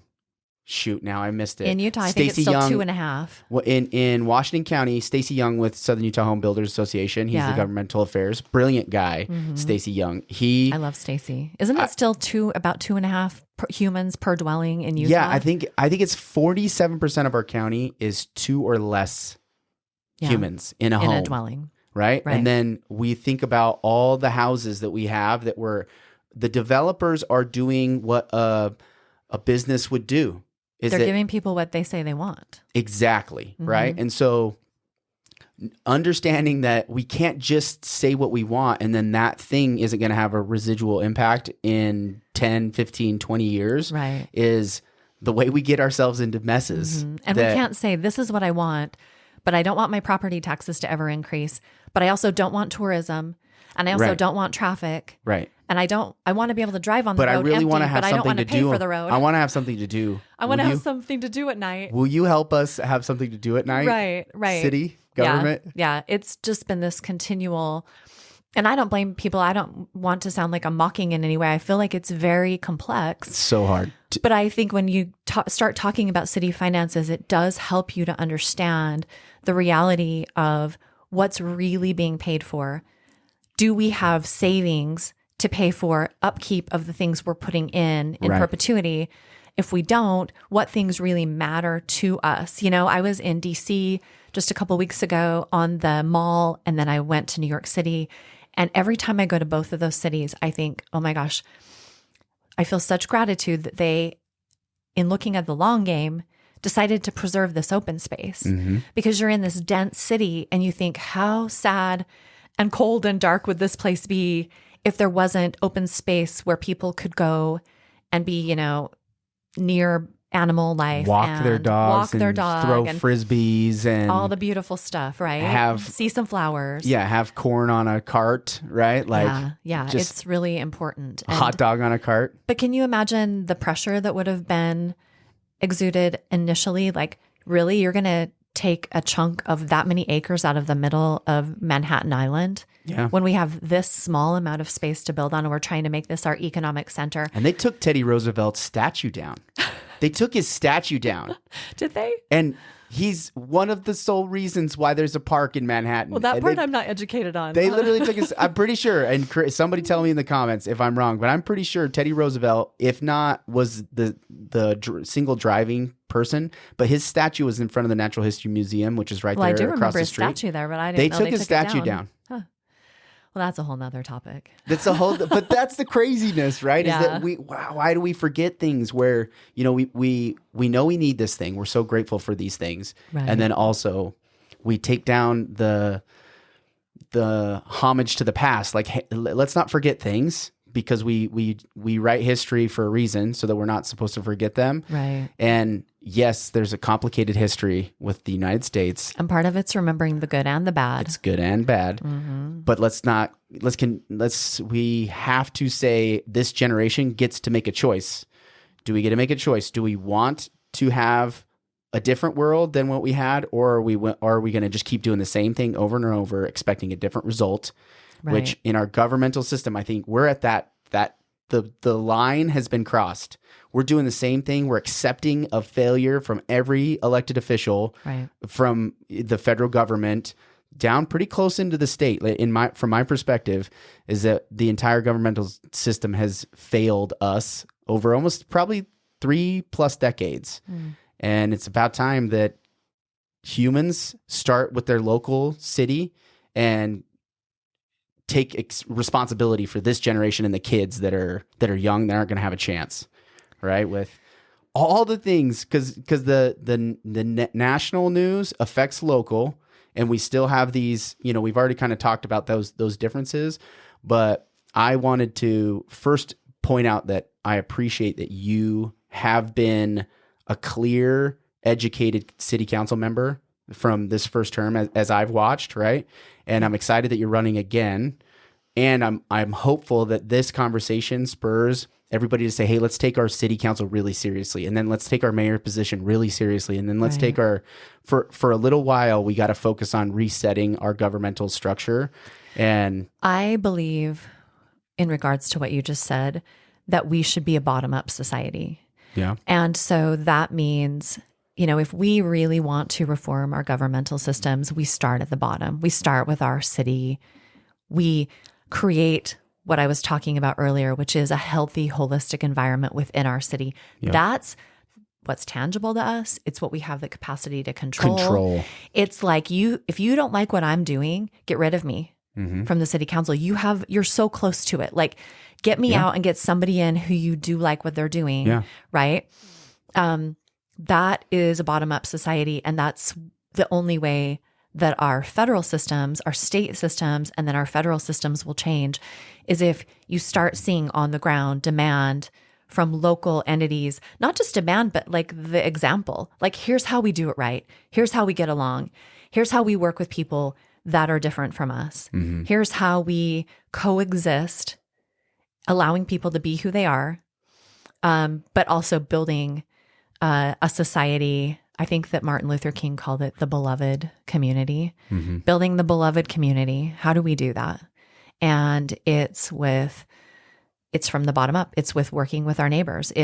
My husband had an experience last year when Iron Man was happening. I was out of town. He was here and he was downtown. And some people from Italy pull up next to our house in a big RV. And they speak, broken English, and they're trying to figure out, like, how does this city work? Can I just park my RV anywhere? Yeah. And the guy says to Darren, I saw there's a dirt lot over on 100 South and 200 West, just below Joel Plaza. And he said, oh, I'm just going to go park my RV over there in that dirt lot. I just thought I better ask somebody if I'm going to get in trouble if I do that. And Darren said, oh yeah, you're going to get in trouble if you do that. Like, that's a private property. And so he says, well, what do I do? Because he's new to the community. He doesn't understand our systems. So Darren said, just pull up in our driveway. We got a big driveway. Darren ran an extension cord out to his RV, gave him our Wi-Fi password. Nice. And spent the weekend like getting to know this man and his wife just from the Italy. Two of them. Darren was the only one home, my husband, and this husband and wife were traveling together in this RV, and he was having so much fun getting to know them. And he's calling me. That sounds like the best day of seriously, my week. He loved it. And he says, well, now we have some friends to stay with in northern Italy if we ever want to go stay with these people. We want to go to Florence. We're going to go stop by these guys' house. But Robert, I love that story so much because that is the beloved community. Yeah. Like, just getting to know people, understanding people's stories. Somebody doesn't understand the system. Well, help them understand it. Don't mock them. Yeah. Or be difficult. Don't be difficult. Be like, sure, good luck. Yeah, give them a hand. Like, ask them about themselves. Like, that's the beloved community to me, and that's what we're building. Yeah, yeah. So. I think we're on a good track. We have I went down to the art festival, and I remember first year my wife and I moved here because we moved here in 2015. Okay, my son was born in 2016. And moved here from California. Yeah. And we went to the art festival because that's I love art. When I backpacked Europe, I went to as many museums as I could. I spent tons of time at the Louvre. We went to Florence. We saw David. I went to Sistine Chapel. I did the art tour in my mind. I know. And I was like, oh my gosh, we could talk for like hours about art, just you and me. But what you've done with art around the corner, truthfully, like in my perspective, I love that. It is probably my single favorite organized thing that happens in St. George. Whether it's created locally by Matt Clark, who's an artist, Eldine Trueblood, who's an artist, Sarah Urquhart, who was a local, just driven woman, and Eldine's daughter-in-law, I think, were the four that that was their local brainchild, and look what it is now. I think it's so cool. And I think I could see someone's perspective of being like, what a waste. what a waste, right? I get that. I'd be like, yeah, it's not for everybody. But those of us that it's for, oh my gosh, it's awesome. Yeah. Right? Like the dragon on the roundabout is still, I every time you drive past it, I could see something new that I didn't see before, right? I love that part. We want to get that back so bad because that's one we'd have to buy. And it's like, it's funny because the first week, this is what I think art is a good example of how communities exist with each other. It's like when a new neighbor moves in. Yeah. We put in the new art. Almost every year we'll get, oh, I hate that piece. I hate it. I hate it. I don't like it. You're like, that's exactly what the artist wanted you to say. Right. And then people they keep driving past it and they kind of warm up to it. And then somehow they hear the story of the artist. By the way, that dragon was called Dad. And the artist's father had died that year. Oh, man. And his dad loved dragons. And so he created that dragon for his dad. Such a good named backstory. It Dad. You hear that and all of a sudden you're like, man, there's so much meaning in art. And it's a wonderful comparison to community. Sometimes you move in, you don't necessarily, you look at your neighbors, you're like, I can already tell I'm not going to like that guy. Well, did you see what his t-shirt said? You know how we just make those snap judgments? Yep. And then you warm up to them and all of a sudden that same neighbor, sees your kid out in the street and helps them or, whatever it is. We are so quick to judge unfairly. But then when we let down our guard and we allow each other in, we understand each other's stories, just like with that art, by the time it leaves, I'm telling you the truth that when that dragon came, I got emails that were like, get rid of that immediately. We hate it. I'm serious. Just now when we took it away, I had hundreds of messages either through social media or emails saying, how could you take that dragon away from us? It's the love of our lives. Get it back. We need it back. I drive by that all the time and it makes me smile every single time I drive past it. Yeah. But the Iron Man championship sculpture is so well done, right? Yeah. And it's such a perfect addition for the finish line right there. Like I think it's such a cool piece. It's really classy. And you think back to when you said, hey, we have this idea of doing this thing called Art Around the Corner. Right. And then we got to the Iron Man championship, but all the dominoes that had to fall for that thing to be there. And I'm assuming it's not going to be there forever. No, it won't be there forever. Eventually, that Iron Man piece we actually own, we purchased it with the county and with Iron Man funds. So that one eventually will move somewhere. I'd love to see it up on the Red Hill, so that people could take pictures of it while they're running along the trail, of the whole city with that, or I don't know, something cool like that. I don't really it's not my job to decide, but yeah, but it's eventually going to rotate out, right? Eventually, just like everything else. Yeah. But that extension of taking art and the piano, like the new gallery, is she the new gallery art director? Yes. April? Did you meet April? April, maybe. April Wilkins. Because we went and looked at a couple of the pianos, right? Yeah. When we did that walk, it was last year. Right. I guess it would have been a year ago. You probably talked to Michelle Graves then. April wasn't here yet. Okay, yeah. So the piano idea I loved because it's an interactive thing, and I've seen it in cities before, but every time I saw one, somebody was playing one of them. Me too. So often when I found one or I just drove past one, somebody was playing it. Which I just think we're trying so to figure that out because the weather. Of course, we got rain for the first time in a century, and it ruined half the pianos. So we're trying to figure out how to get those back, get new ones because they were all donated. Yeah. They were just these donated art projects, but get them back. But another comparison, Robert, with art and with life is just the way that people are so afraid of change. Yeah. The art changes and people always kind of freak out over the change. That's and true, then they kind of settle in and calm down. Adapt. And they adapt and they realize, you know what, this isn't as bad as I thought it was going to be. And then pretty soon you could ask them and they say, I understand why the change was necessary now. It just took me time to understand. Yeah. And I feel like my purpose on the council is that it's helping us. I've had a life that has involved so much change, so much death in my family, so much change, so much, and I've learned that either you go with it and you learn from it or it takes you. But it happens either way. Yeah. So you have the choice. I have the choice to either embrace change, which is inevitable. It's the only thing that we know we can count on. It doesn't mean that we just roll over and like, I don't mean to sound like it's not okay to say, well, that particular change I don't think will be healthy. We should be having healthy debate. But I think that's something that we do for each other in communities. We help each other to understand that it will always be changing. I'll hear people say, man, I wish downtown St. George was the downtown St. George of 1950. And I'm like, what's interesting? The people who lived here in 1950 when the economy was really bad wish that the downtown St. George was the St. George of another time also, or a time of the future. Yeah. So it's really easy for us when we're sitting in the moment to always wish for something either futuristic or in the past, instead of like embracing the now and looking to the long game to make things as best as we can for our future generations and for ourselves. So, yeah.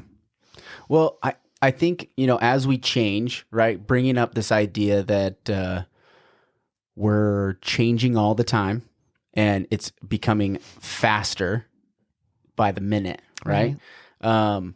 What would you currently change about St. George? What do you see as like, hey, this is something that needs to be changed?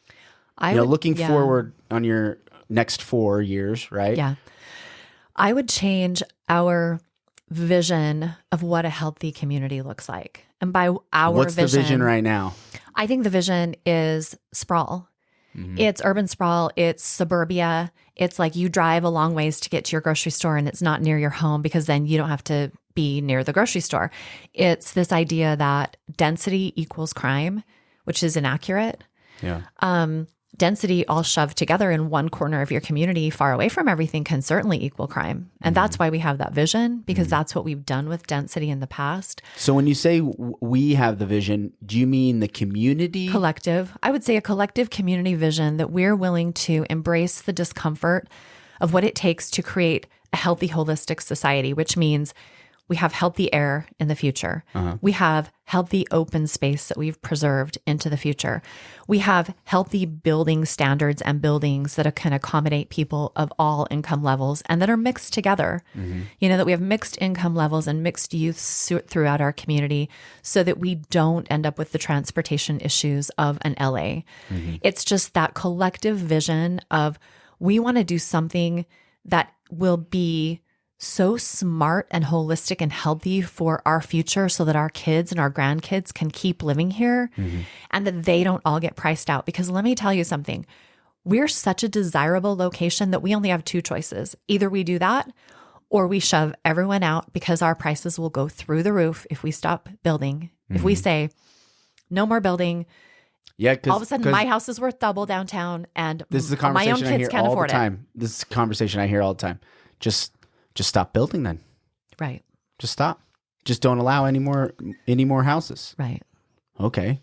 Well, how are we supposed to do that? What does that look like? What that looks like is a wealthy community. Well, it also looks like complete governmental overreach and doesn't allow for property rights. It does look like that. Like, wait a minute. So you're telling me I have 10 acres and I can't make whatever I want in those 10 acres? It's right? governmental overreach that only benefits the wealthy. When it's zoned, right? It says it right here in the zoning plan that it's residential. I can do that. You guys you can't tell me I can't do that. You've already told me I can do it.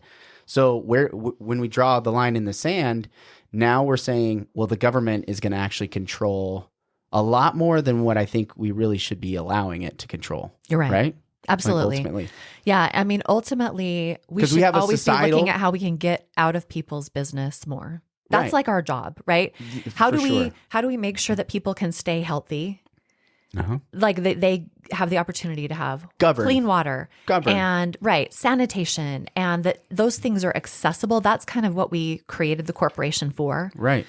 And then beyond that, we need to always be examining how can we get out of people's way. Yep. So yeah, how can we have less influence in what's going on and allow just life to continue, right? But where do we put these boundaries? Because eventually, the possibilities we run out of water. Sure. Like there's this is funny. I did an interview with, it was Lieutenant Governor Cox at the time, but I had him before, this was in October of 19.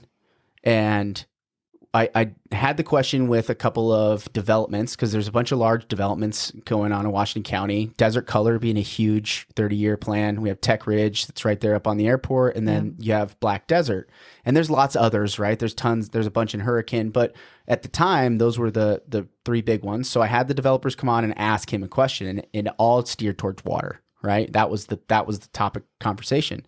And his, from his perspective as the governor, it would be, well, we're all in plan A, B, and C. This is from the governor. Plan A, B, and C is the Lake Powell Pipeline. Mm-hmm. Well, I went to the economic summit, and Lake Powell Pipeline stops giving us enough water at a certain population. Like that also has an end to where it can't support a population over, I think, 350,000. Well, and right now we have absolutely no promise that the Lake Powell Pipeline will ever happen. Yeah. I mean, we have 6 other states that are saying, over our dead bodies, will you ever get the Lake Powell Pipeline? So if we put all of our eggs in that basket, it's going to be a complete renegotiation of the 1901 agreement, right? Yeah. It's going to be a complete renegotiation. Yeah, everything's on the table. Where does the water funnel from? But the truth of the matter is that ultimately we have water solutions outside of the Lake Powell Pipeline. It's just how much energy and effort and money and how much has already gone towards that. We've put our eggs into that basket right for now, the better $40 million. That's the number. $40 million. We've put $40 million into all of our eggs in that basket. And Yet they passed $600 million this year for water infrastructure in Washington County, right? So $40 million versus the $600 million that's like appropriated money going directly towards this, right? So we got a lot of money coming in. Right. But is that legal battle 10 years plus we're also going to have to do the infrastructure and actually build the pipeline on top of it, right? So that way being down the road, if there's it ever so happens. many dominoes that have to fall perfectly. So that being such a shot in the dark, also understanding eventually we run out of water. Where do we go? How do we work backwards from that moment? And that's a conversation I don't think anybody's had. It's like, okay, eventually we're going to run out. Then what? What does life look like? Eventually, I'm not sure that eventually we run out if we continue our standards of consumption. That's the reality. So are we willing to share for the benefit of the whole, which means for the benefit of our kids being able to stay here, which means for the benefit of our economy continuing to thrive and grow and change? And what does that look like? So, sometimes I'll hear people say, well, why should I conserve so that other people can move here? Well, a lot of those other people are your own kids, right? Like those homes, you know the numbers. I mean, how far are we behind right now on the number of homes we should have built? Well, we did basically 9 years. We haven't met the demand. The demand. For That's 9 exactly. years. We had 1 year since going back to 2009.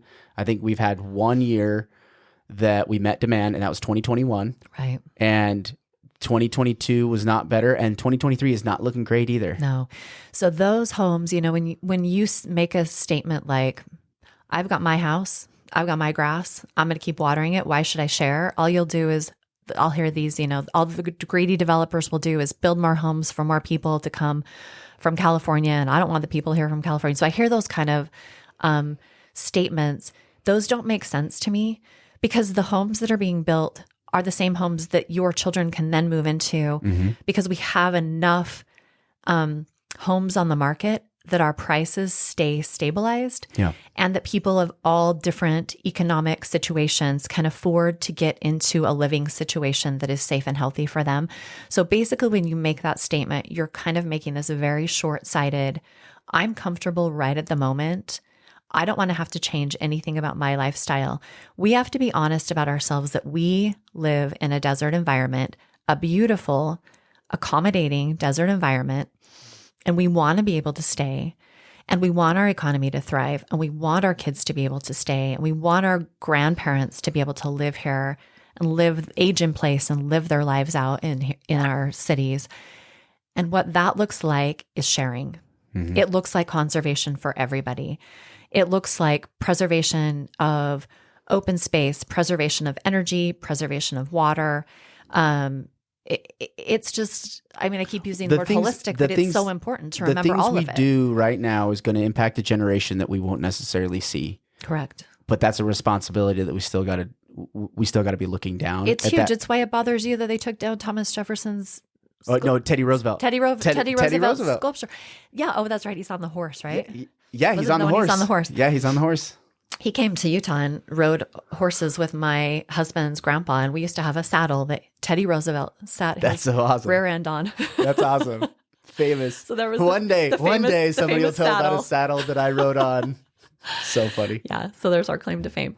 But yes, you're bothered by that because you recognize that he had an impact. He had an impact for the future, and obviously that mattered to him. A really positive one. Like if we look back, the national parks, like what Teddy Roosevelt did for all those things. That's why he for was the here. Hunting community and for. That's why he was here on that saddle. Yeah. With my husband's grandfather. My husband's grandfather worked for the BLM, and he was taking him all over the Zion National Park, Kolob area, and they were horse touring. Yeah, he was living the dream to check it all out. I can't imagine that guy. Just he saw all of the United States when most humans had no idea. Right? Like we have so much access to information and data. Right. And if I want to zoom in and drop my little guy in the middle of a national park, Google allows me to do that. And I have this, 3D experience where, two generations ago, my grandmother was born in 1913, right? So just a small jump away, all of a sudden we have this generation that really impacted how we live today. Right. And we still have to understand that at the city level. So the change for you is to rethink as city development goes, right? So from an economic and city development plan, your perspective is to have a better master plan for what it's going to look like, where density is going to be, how we live our life on a day-to-day vision, but then have that reflect on the basically zoning, right? Because ultimately that's where it's going to come down to it's impacted at the zone plan, not only in downtown, which I know they put a ton of effort and energy into, but also for the city as a whole. And then the five city, coalition, right? Like, because St. George economically is the cornerstone for not only tax base and revenue, but also for funding a lot of what goes on, right? St. George is like because we're the massive resident base, right? Like St. George has 100,000 people and the whole county has 180. Yeah. And so Washington City is 98% residential. Right. 98% of their city is residential only. So think of the retail. Which they're figuring out pretty quick. They're like, going, wait, why have we been giving all of our money to St. George? Well, not necessarily giving all of our money to St. George, but also saying, I don't think we planned for infrastructure like we probably should have, because now all we have is houses and they don't pay for themselves, as we've already discussed, right? Well, see, I mean, sales tax is a huge part of our budget. Yeah. And so, when sales tax come in high, we have the ability to build trails and build parks. And, parks and trails are kind of one of those interesting things where some people view it as government overreach. For me, I view it as wasteful spending. Right. I view it as I watch the show Parks and Recreation, and it's very funny. Right. So we definitely don't have Ron Swanson in our No, Parks, we don't have Ron Parks Swanson. And Rec. But that's a choice of the corporation. That's a choice that was made in the 1960s. The city of St. George decided their economy was very bad and they were struggling and they couldn't get tourists to show up for anything. And they decided to invest in a golf course and just, say, we're going to do this thing. Red Hills, right? Yes, Dixie Red Hills. And that turned St. George City around. So it's a conscientious choice that we've been making for a long time to have that be part of our brand. Activity and optimism is our brand at the city of St. George. So that's kind of what we market to the world to get those tourists to come that we are so reliant on for their sales tax dollars and their, the money that they pay to our hotels and our restaurants and all of the things that are coming back to us and keeping our property taxes low. I was mentioning my son that lives in New York earlier. He just built a home on Long Island and his property taxes this year will be $16,000. Wow. Mine were $1,200. I paid $1,200 in property taxes, I mean, the contrast is so extreme. And the infrastructure, they're not paying, the infrastructure isn't like something super fantastic that would be so much better than what we've got. So like I said, because they're paying for entitlements that just are there's so much that going towards somebody that doesn't impact them at all. Right. Or pensions, which I've only heard recently is massive, dramatically because of the commercial real estate issue in New York. Yeah. Pensions are on the chopping block at this point, and this is a tipping. This is like one of those, what are the pillars in the economy that could fall over, right? You had like Silicon Valley Bank, and you're like, financial industry, we're having to backstop all these banks. And then what about commercial real estate? What does that do to pensions? And you start thinking, okay, this falls over. Everybody needs to be paying attention, at some of these big pillars. And that's when I heard about, you brought up the pensions. I'm like, oh man, I just heard about how that could go sideways. Yeah. $16,000 in property taxes. In 1 year. And he chooses that because why?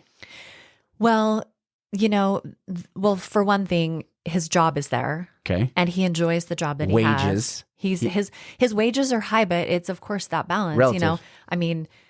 It's very relative. Because affordability has three parts, right? So wages is one of them. Right. Interest rate for a mortgage, right? If you're talking affordable housing, right? Affordable housing is specific. And then how much you make, and income, right? I'm sorry.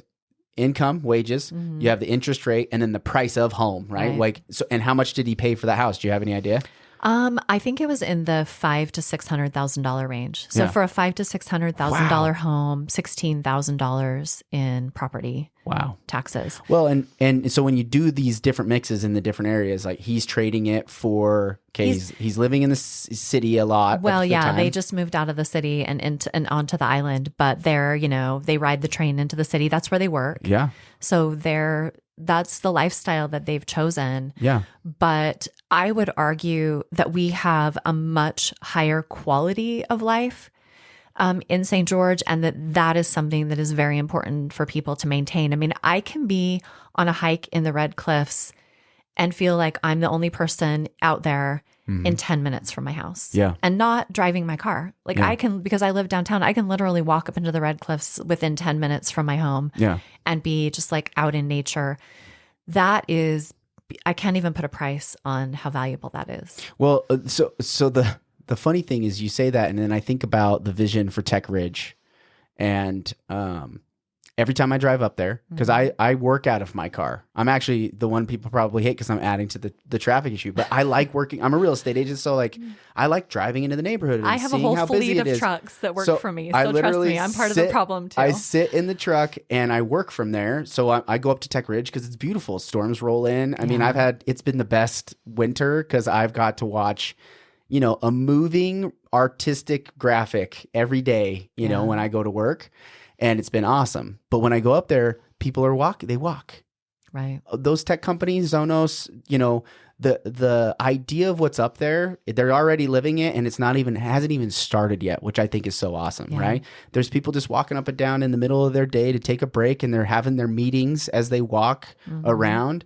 And, it's one thing to say, hey, we have this vision of this city that does this thing, but to have it not even be what it's, what the plan is. It's not in full build out, but it's and already people are existing. still living existing. It's so cool, right? And having the college up there and well, and as you know, I mean, why would someone choose to bring their tech company to St. George as opposed to Silicon Slopes up north or Silicon Valley, South Carolina? Why? Because of our outdoor spaces. Like that's the draw that we own, right? That's such a benefit to us. So if we don't choose to protect that into the future, if our skies become so full of dirty air that you can't even see the Red Mountains from Tech Ridge, and our health is affected, that's a choice that we need to make now. Yeah. Every time I drive into Las Vegas, I am just blown away by the amount of pollution and how bad it's become. And I just read an article a couple of weeks ago that they passed a bunch of laws trying to really clean up their air because it's become such a public health problem. Yeah. But it's like with cars, and I'm not anti-car. I think cars will always be in some form, whether it be your, automated, which is what it eventually will be. They're amazing and they'll be part of our lives. It's just that how do we use them in a smart way that doesn't negatively affect our public health or people's quality of life? Like we've gone too far to where it's like we're willing to sacrifice lives. That's the number 2 thing that kills our kids. Number 2 is cars. What? Cars. killing the kids is kids die and that's in cars. Crashes. Yeah. That and it's probably gotten better too because of seatbelt restraints and then also car design, right, for crashes and things like that. It's gotten worse, believe it or not. No way. It's gotten worse because people drive so fast. Oh yeah, wow. And there's more cars, there's more people in cars, there's more trips. Yep. So that's where we kind of have to relearn what we already knew. Like we started into cars and they were this novelty and they were really lovely, and then we kind of like went too far where there are everything, and we literally drive half a mile, a quarter of a mile. How many people literally get in their car and drive their kid like 10 houses down? Not me. I've never done that. Dannielle, I swear. I'm sure you are totally telling me the truth. I don't think you would ever do that.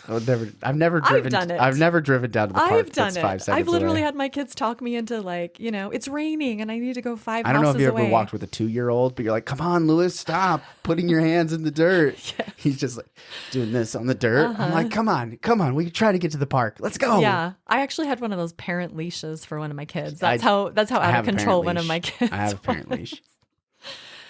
Well, so thinking about the cars and what it does to pollution, and really having that long-term view in St. George, I think everybody kind of agrees with that. I don't think anybody. The one thing is that you made a comment that local politics was actually pretty pleasant, in that first election. Mm-hmm. Is it still as pleasant? No, it's not. No, and I feel like COVID. There's been a couple of pretty dramatic moments over the last few years. Yeah. Will you tell me what happened with the city manager? Can you give your perspective on that at all? Well, I mean, I've been pretty clear. Most of that I can't legally share. This is all I'll say about the city manager. I loved Adam Lenhart. He's an excellent leader. I love him to this day. And I appreciate everything that he did for the city. I viewed his leadership as absolutely excellent. And that's all I can say. I appreciate him. I appreciate everything he's done for the city of St. George. And I will always feel so much gratitude for him personally and his leadership style and just his excellence. He was not a micromanager. He was one of those people that just made everybody who worked with him feel trusted, feel valued, feel like he was there to support their excellence. And that's all I'll say is about him personally. The vote was that he was to leave. Was there an actual discussion with the city council? I'm not allowed to talk about that. Well, what's the public record say? The public record says that we have a new city manager. Okay. Yeah. Interesting. So that is all information that I'm not allowed to speak about. So we got to dig into it. That's the next one. I'll have to do a 3rd-party episode where we dig into it and pull up the record. You can pull up all. You can pull up all the records that have been grandma requested. Yeah, and that's where it's like, okay, how do we debunk rumor versus reality, right? And say, how are we making the best decisions for the city? Are we managing this in a pragmatic, thoughtful way that doesn't necessarily have this legal redacted version? Right. I don't understand that. Like for me, I don't as either. As a human, like this whole situation that where this is a legal, we can't say what we should probably be talking about. Yeah. That to me is so foreign. I agree. So I've lost lots of sleep. And that's the hard thing, which is why you're like, I'm going to do this one more time maybe, and then maybe not do it anymore. But no, it's really, government's really challenging, right? And to your point, we should always be pushing back on it. You should be bothered by that. Mm-hmm. We should always be course correcting. And I believe the best way to course correct is at the local level, you know? So you dig in, and if bad things happen on the watch of the council you currently have, you change them. Yeah. You, the citizens, you get in there and say, like, we're done. We want this. We want our city to look like this. We want our city to be economically smart. And, we want our city to be choosing leadership and to be electing people who trust their leaders, who trust the people that they've chosen to be their administrators. I mean, there's a lot to it. It's complex, and well, we've had a lot of social. upheaval? Well, we've had a lot of, because we have so many different perspectives, because we have collected, we have St. George has collected humans from all over the world that have all these different beliefs, but there's a thick vein of pioneer heritage that's here, right? That has family that, in 1869 in Parowan versus my family where, in the 1800s, they were in Canada and then they moved to Southern California and started planting orange groves, right? My family goes deep into Orange County and my Uncle Millard was the first president of Sunkist, right? No Before way. it went from a farming co-op to they got together and then they had a president. My Uncle Millard is my great Uncle Millard. My grandma's brother was the first president. And so thinking back, I have family roots there. And what does that heritage carry with it? St. George has its own heritage that carries with it. And, almost every city, when you say what's important to you and they do surveys, it's like, well, I want to remember the heritage and the people that settled the land, right? That's important to them. And there's a thick group of people that believe that. And then you have people that don't see life the same way. And they want to do things, and then we have outside influences that say, "Hey, we're going to come do this episode in a city park," and they go around what is the legal processes, and now there's the rumor mill that kicks up, and we all have these confusing conversations and are disconnected because we're not meeting at the city council the way we probably should meet. We're not having the town hall conversation that we probably should have, and all of a sudden things get out of hand. And I'm worried that, did we make a rash decision? Do you feel like that moment with the city manager, was that did we think through what we did long enough before the decision was made? Were we rash potentially? Can you say that? I mean, reasonable versus rational. I'm always dealing with that, right? Was that a reasonable thing to do? I personally, I support him. Okay. That's all I can say. I support him in everything that he's done. And I support the decisions that he made. I support him. I believe that every decision that he made was in the best interest of the city. And that's all I can say. Okay. I believe that he was doing his very best and trying to keep the city as legally protected as possible and to extend the same rights to every person who comes to the city of St. George. So, I want to touch on that religious heritage because, I come from, the little bus that you see out in front of the tabernacle, Erastus Snow. I'm a direct descendant of that guy. Yeah. He had 4 wives, and I'm a direct descendant of his wife, Marianne. And so I have roots that go way back in the LDS tradition. And I just want to make a strong statement that everyone, I don't care what your religious tradition is, everyone is welcome in St. George. Yeah. And I personally am very offended when I hear people say, this is a Christian place. This is a place that is welcoming to Christians. This is a country where Christians came because they were being persecuted and they believed in freedom of religion. And that means freedom of religion for Buddhists. It means freedom of religion for Sikhs. It means freedom of religion for people who don't believe in the same God structure that you might. That is freedom of religion. At the core of it all, I think that they're really meaning by that is Christian values. Not a Christian nation in the sense of everyone has to believe in Christ, but in the sense of Christian values, which you'll find as you start reading other religious traditions, they're human values.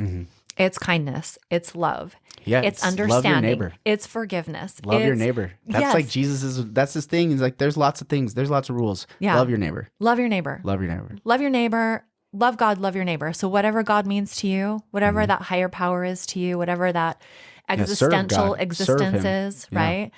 So I just am really, for me, it feels like the most divisive thing that's happening in our community and in our country right now is kind of this, if you're not Christian, you're not welcome here.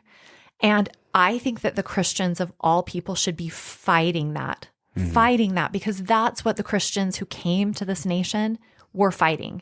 They were saying, we're not allowed to exist. If we don't join the Church of England, we have a different Christian value, whatever that was, then we're not welcome in the country we're in. And at the same time, right, a Christian-dominated society gets to have their voice heard as much as a minority group that might be here that isn't Christian, right? Absolutely. Everybody's got that same one voice, right? Everybody's got their same opportunity to have the discourse, have the differing opinion in safety and without I would say without coercion. Coercion and fear, right? Like we gotta eliminate that. Yeah, if you feel threatened that someone is saying I'm a Christian, then that's also a problem. Yeah, if you're like, I don't want to hear about it. Well, that's not fair either. Yeah. But the point is, we should not be coercing each other to all be the same. We should be saying, what are the human values that we do share? Because that's where we truly can coexist. We can. I know we can do it. We've done it. Yeah. We know how to do it. We just go through these ebbs and flows where I feel like we kind of head into a negative space. So you're saying, is it the same as when I got elected? It's not. I feel like COVID, we kind of took this turn for the worse where we started distrusting each other. COVID was scary. Some people felt like they were going to die from it. Some people felt like they were going to be restricted by it. A bunch of people died from it. And a bunch of people did die from it. And a bunch of people felt like they were going to be forced to do something that they didn't want to do, either vaccinate their kids or not get vaccinated. There was so much fear there, and it's all real, and I don't discount any of it. But it put us into self-protective pods where it's time for us to come back out and to just be a community again and to love each other and to stop, like put the swords away. You said earlier, put the swords away. So, well, I think those moments and knowing, because this is what I really do appreciate you is that, okay, we got to be able to open the door and have the conversation, support people doing good things, right? Have good conversations and understanding. And then the political fortitude and governmental fortitude to say, hey, you elected me to do a thing. I'm going to do this thing without fear of myself, my own personal fears of what people are going to think or say or do. And then do a really good job. Right. And that's what I'm really wanting, is to have as many candidates, that go on the ballot, no matter what, that want to do a really good job. And if you don't want to do a really good job, like, please don't run. Please don't run. There's a I wish I would have prepared for this thought, but it came up into my mind about how doing elections, we don't have to elect people the same way as we always have elected people, right? There is other options of how we elect city council members and people to run our communities. Yeah, absolutely. And one of them is by basically a drawing, where everybody puts their name in a hat, and there's not a whole lot of campaigning. Right. But then you don't have to have these, I'm going to do all of these things and a moment where they get on a stage and debate, or they write op-ed articles explaining their platform or do podcasts, right? You have everybody that's educated that wants to throw their name in the hat can put their name in the hat, and then we draw three people. How do you test their education? Right? How do you test their education? Or the question could be if somebody's not educated and they sit in the seat, what's the system we use to educate them? Sure. What's the system to be like, hey, let's get this person up to speed? Because I can't help but think, if let's say something happened where we had 3 brand new city council members that never done it before, and then 2 that have been there a minute, that's a burden on those 2 to like, hey, get these people up to speed. But what's the administrative system behind it that says, hey, these are the main issues that we've seen. Let's get you educated on all these from all the angles, right? Let's make sure you're prepared to start sitting down in those meetings and meeting with developers and listening to the public and, sitting on these boards making decisions. Let's make sure you're educated first, and then, go into the role. And maybe instead of a 4-year term, maybe it's a 6-year term, so that people can get comfortable with the system, then start being able to understand how do all these parts fit together. So I'm not just making plans willy-nilly, without thought. Yeah, I want to point out that I do think it's really important for us to remember that we can change the system. So I don't want to say like it's not changeable, but we set up the system currently to have a legislative arm and to have an administrative arm. And the way we have the system currently, we do have to put a certain level of trust in our administrative professionals. Yeah. So, when Scott Taylor's our water guy and Scott Taylor comes in and says, this is what we need to do with water. If the council's constantly overriding him without any actual water knowledge, we're not using data, we're just overriding him. Just like, no, we don't want to do that. We could do that. Yeah. We could undermine him. But is that the kind of council that you want to elect that's basically hiring administrative professionals and then undermining them at every turn, and not with data, just with emotion? And I bring that up because for me, when you said you need to make those decisions that are uncomfortable, possibly for you personally, I go into every single vote that I ever make and I remind myself before every vote I say, I need to vote in the way that I could be wrong about this, but I need to vote in the way that at this moment, after everything I've studied and everything I've learned from our administrative professionals and everything that I've heard from the community, I need to vote in the way that I believe is the best for our city as a whole and into the future. Because like you said, you elected me, and say 20 people reach out to me who all hate this one idea, but I'm representing 100,000 people. And I know that this particular thing, say it's a water decision and we need this new reservoir, and these people don't want the reservoir because it's too close to their houses and they all hate the idea, right? Yeah. But I know that long term, that reservoir is so necessary for us to be able to pump our reuse water back up to, so that we can let people water their lawns with reuse instead of culinary. I'm going to make the decision that I believe is best for the 100,000 people as a whole, not the decision according to emotion because 20 people reached out to me. It's their right to reach out to me, and I should absolutely be respecting them and listening to their voices. But then at the end of the day, you elected me to make the best decision with all of that data in my head. And granted, if you see me making bad decision after bad decision after bad decision, you should get rid of me.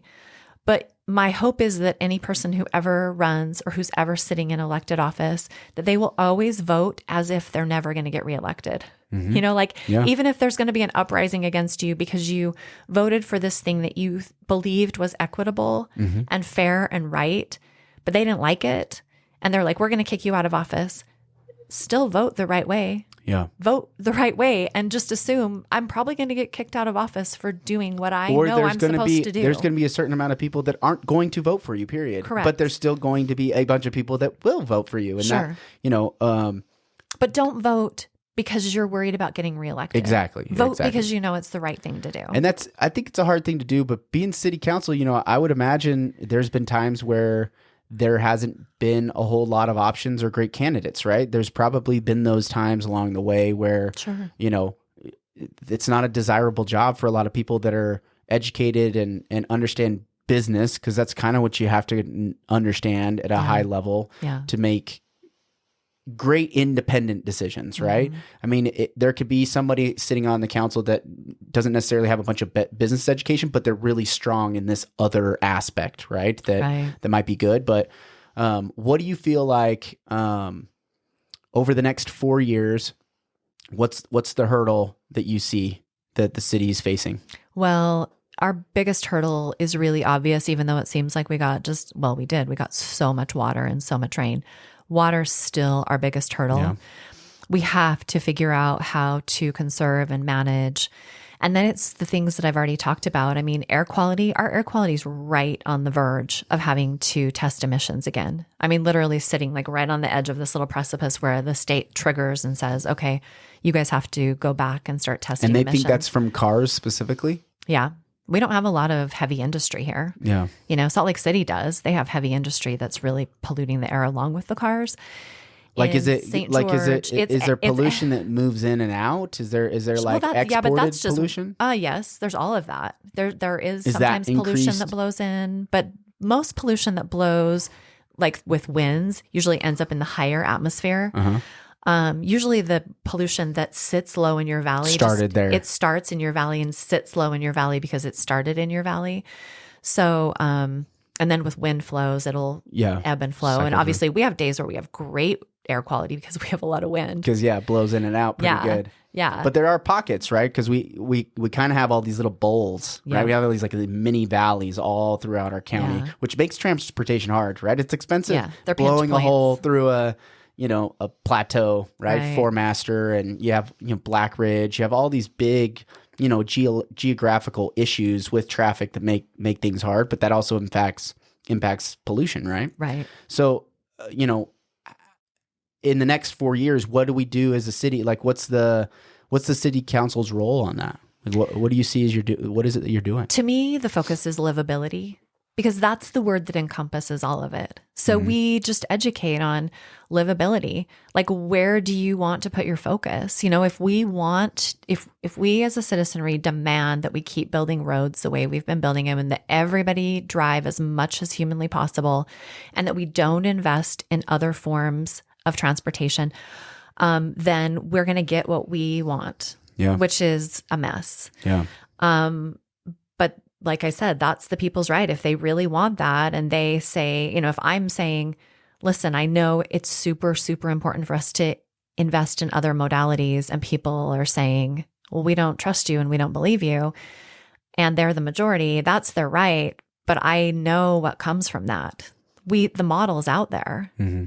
LA and Phoenix and Vegas are all just readily accessible for us to see. Do you feel like Desert Color is accomplishing kind of that vision? That is their goal. Uh-huh. I feel like it's too early to say. As long as they stick with their goal, as long as they don't cave to the pressure to just build fast and spread, because they could just say, we were going to do density here, but we changed our minds and we're just going to, we're going to go from what we envisioned to just sprawling, because that's what people are buying right now. And sometimes sticking with the vision that we know is holistically valuable for the future can be financially challenging at the moment. Because, for instance, when you do mixed use development, sometimes the commercial on the bottom floor sits for a year, 2 years, 5 years. Yeah, like City. But it's there, right? It's there. And then when the community fills up, when you get that enough of human mass to use it, well, if you didn't put it there, you can't go backwards. Right. And so if it's not there, then you don't have the little corner shop for people to be able to shop at, because the density is great. So that can be financially challenging for the developers. Because you put it on a pro forma and you're like, oh, hey, this thing it might not get rented out, but trust me, eventually it will. Right. And basically what we're saying as a city is, we demand that you do that. Yeah. Because for the health and safety of our residents into the future, that's going to be a massive benefit, so that they can walk to get their bread and their milk, as opposed to having to be forced to either get on the bus or get in a car to be able to access food. Downtown, if we're not looking at that as like a city like New York, right? Right. If we don't have just to take a little foresight and say, okay, let's say density gets huge. We get to 350,000 people. 350,000 people, we have 11% of our entire county is privately owned, right? I think is the number, right? The vast majority is owned by state, federal lands, right? So we're going to infill. We're going to go straight up, right? And what better place than the very bottom of the bowl, which is St. George. It's the very bottom of the bowl of our whole county, right? And if we go up, it's already red mountains all around it, right? It's not like there's this view that we're really trying to protect. There's the atmosphere that we're trying to protect, right? You're always going to see the D. You're always going to see Dixie on the Sugarloaf, right? You're always going to see those things, but we still got to go up, and a good proper downtown to where you're walking, or there's some kind of transportation that's getting you from maybe, the end of I-15 or Target, at least getting from Target all the way to Tech Ridge. It's going to be a requirement for the town to look at that plan. It seems like right now the downtown vision is really only like from the university to the Black Ridge and up on Tech Ridge. Is that right? Yeah, look, I have this right here with me. You brought it. She brought a bunch of stuff. The downtown plan. And really, this downtown plan really does extend down Main Street all the way to the bottom of South Main. Okay. Is the idea of extending downtown so that it kind of tees out like that. Yep. But you're right. And just, I would say don't underestimate the discomfort that the words you just said elicit in people. Yeah. Right? But it's a reality. It's reality. It's totally a reality, but I can't tell you how many people are so intensely discomforted by that that they feel scared. like they'll fight to the death for it not to be that. Somebody in one of the city council members meetings in Ivans said, "It's like you're trying to kill us all." That was his one comment.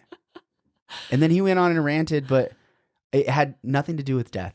The conversation was not about, it was about Sitla. Sitla land. I mean, it's very... And he's like, "You're trying to kill us all." I'm like, "Sir, please sit down." Yeah. That's not what is happening right now. When I hear people say stuff like that, I always have to kind of sit back and understand their emotion. Yeah, it's big. It's big, big emotion. And I want to be respectful of their emotion, you know? Right. But I also want us not to be making emotional decisions. Emotional decisions are bad decisions. Yeah. Every time.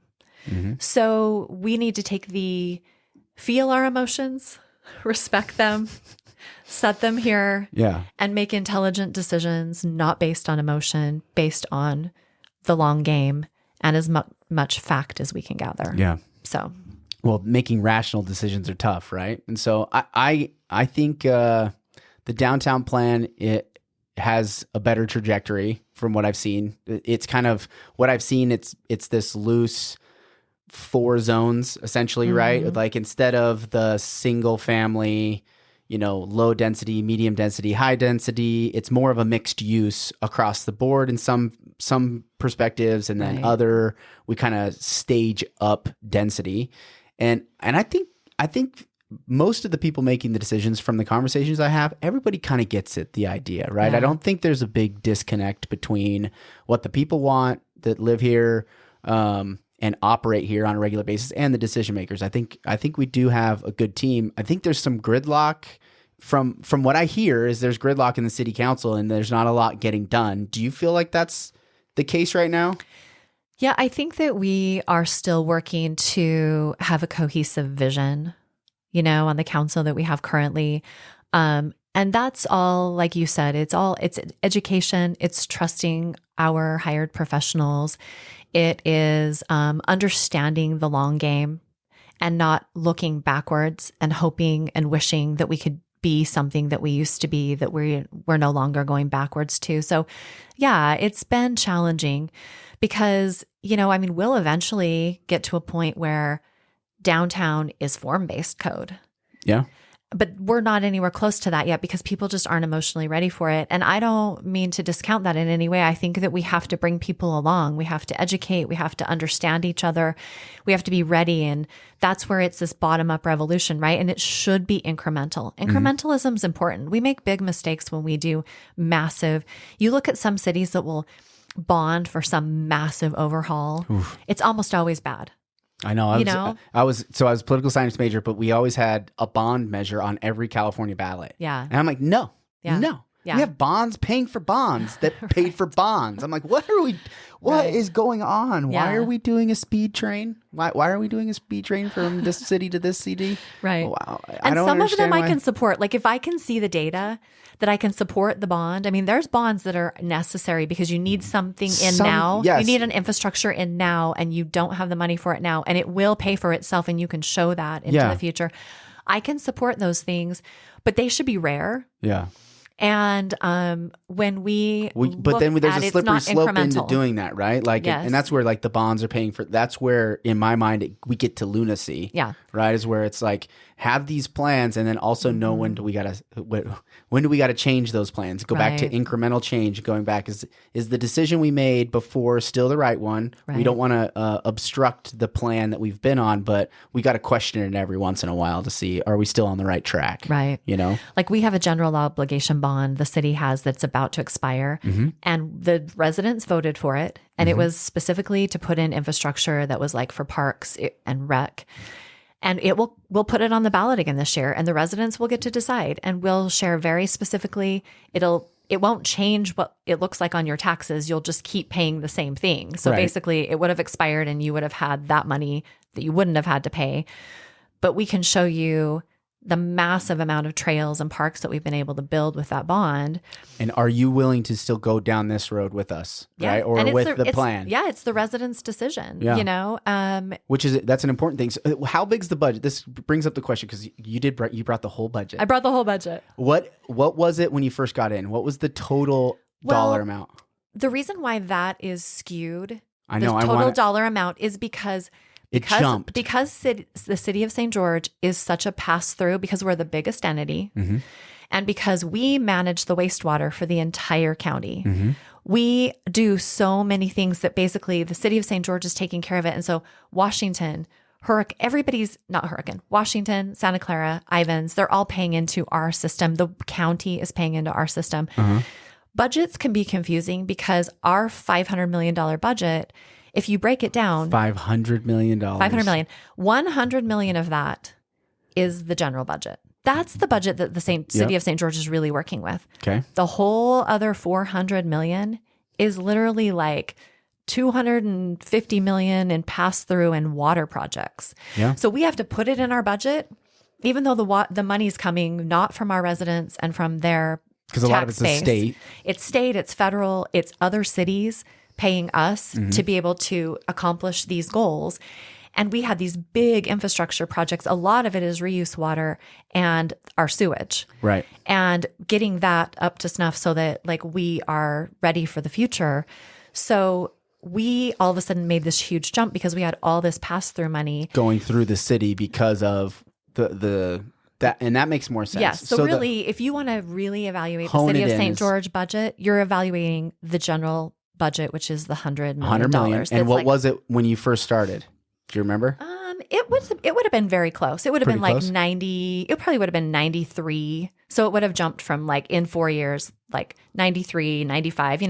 It's stayed pretty close. But what's made that change is sales tax. Yeah. So as the sales tax has increased, we've been able to increase that general budget. Revenue's gone up. Right. So we've been able to put more money towards our police department from that. We've been able, which we needed. This is what's really challenging is, when we needed to do that property tax increase, this is a hot topic because at the end of the day, you shouldn't be paying for long-term continuous. This is just basic budgeting, right? If you've got something that you got to pay for year after year, you shouldn't be paying for that this year with one-time funds. Right. Like if you're going to buy a house, you want to know you're going to have a job. Right. Not, I have a job for the next 6 months, so I'm going to buy a house, but then that job's going to come to an end, and then I don't know what I'm going to do, but I'm still going to buy a house, right? Right. So we need to make sure, that's why we're constantly reevaluating our budget. Are we paying for continuous expenses with continuous income? Yeah. So property tax is a continuous, reliable income that we should keep as low as humanly possible, but that we should also but be it's also allocating. a foundational thing because sales tax isn't going to always be the exact same. And our sales tax has been amazing for the last few years. So it's come in higher than projected. Right. So we've been able to hire more officers with sales tax that came in higher than projected. But that's not a healthy trajectory because what if it comes in lower? We can't count on that is the problem. Right. We got to still grow. Growth is paying for itself. I hear this all the time is growth needs to pay for itself. Well, if we're only doing houses, okay, let's keep in mind that it doesn't always just end up paying for itself because of it's like the impact fees, right? And there's lots of conversation around impact fees. And I'd like to see really try to paint out all the picture on impact fees and what that money goes towards. I think that's an important thing. But, from a paying for itself standpoint, that makes a whole lot of sense, right? Is sales tax going to come and flow? Property tax is standard. Yeah. And that's why we should be using sales tax for things that are one time. If we're putting in a new section of trail, it's okay to use sales tax for that because you don't have to re-put in that new section of trail. You might have to maintain it again in 10 years. And that's also part of the conversation. Should we be putting in things? We should only be putting in what we think that we'll be able to maintain. I believe that this GeoBond, if we pass it, because of our 11% of our property, of our land mass that we actually own and what has been traditionally like the boundaries of the city of St. George, we're getting close to parks and trails where we'll be more in a maintenance space than we are. Same with fire stations. Like we'll do a couple more fire stations. And that's it. That's all we don't need any more fire stations. You know, we have to have fire stations close enough to people's homes that their insurance ratings aren't off the chart. That's part of our, and that we could actually get to somebody when there's that part. A problem. And that's the reason why the insurance rating is better is because they can get to you and save your house, as opposed to it's going to take 30 minutes to get to your house. So those are all part of that holistic planning. But it's also part of our long-term vision of once we get some of this infrastructure in, it actually is done and just needs to be maintained. And what does that look like for property taxes? How can tourism continue to offset property taxes? But when you haven't raised property taxes for 35 years, and I had people challenge me on this, and every person I got on the phone and was able to explain to them, okay, get out your taxes and look at it with me. Because they'd say, my taxes have gone up every year. And I'm like, I know they have, but not from the city of St. George. Right. Your property tax has gone up from the school district, from the state, from the county. But the city of St. George has not raised your property tax. It's a revenue neutral tax. Yeah. And so it has technically stayed the same or gone down the amount that you've actually fed in. Inflation is a reality. Mm-hmm. And so at some point we have to increase those just because it's just basic math. Right. But my fight will always be that we increase it as little as possible. It's the financial system. We've built our financial system where we can only grow off of debt. Right. A bank exists for they only cover 10%. They're only required to hold 10%. And many times they don't even have 10% of the actual lending money. It's terrifying. I know, it scares me. But because we've set it up to where, okay, when I create a dollar, when the Fed creates a dollar, they only have 10% of that actually backed in a real fund. Right. So they're using debt to leverage growth, which is how we've been able to grow as an economy, right? So like, when you think about, inflation is a thing that is built into the system. We build into it because without that, then things don't continue to grow and change. So if we're going to go back to, okay, we're going to hold everything still and not allow it to grow, well, your dollar and the financial system is going to keep moving. We can't control that. It's already a moving mass that we're in the system. There's no changing that. Right. So how do we operate within it, knowing that things are going to get more expensive as we go along? It's the city's job to project out and be making decisions on revenue today for the future so that we're not having to scramble and then rely on entities like states or federal governments to then bail us out when we've made bad decisions, right? We can do this all ourselves, going back to self-sustaining. I would love, this is dystopian, right? But it would be like, can the Washington County completely exist without any exterior influence? The state, federal, could we operate without the financial benefit of a lot of those entities? And in some things we can't. Hit first? Or get the closest. Roads. Roads would take the biggest hit first. We couldn't afford it. Because the amount of money that we put into roads, it's actually surprising to me that more if we people could just decide we don't want a roads. Road, just don't want one, and then just pick something else, it would save us so much money. Well, because right now you can get anywhere you need to go. If we didn't increase any more roads, if we just maintained the roads we have right now, what would happen?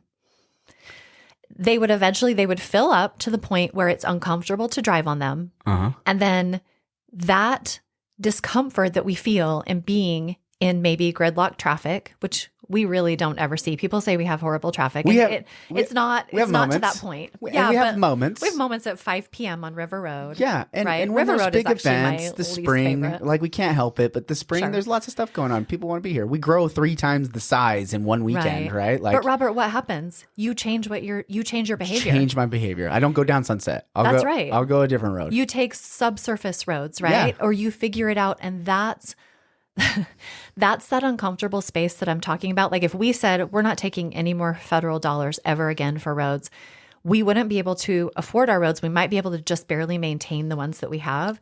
Good point. We would fill them up and then we would change our behavior. Yeah. That's what we would do. So do we want to do that? Yeah. That's our big question for ourselves is, do we want to keep doing things the same way that we've always done them? Or do we want to evaluate the things that are working well for us and the things that are not, and make incremental changes so that we're headed in a trajectory where we're not so reliant on federal money for roads. Yeah. And where we don't have to keep widening and keep adding. We would figure it out. We would use different forms of transportation. more people would walk, more people would get bikes, more people would drive less.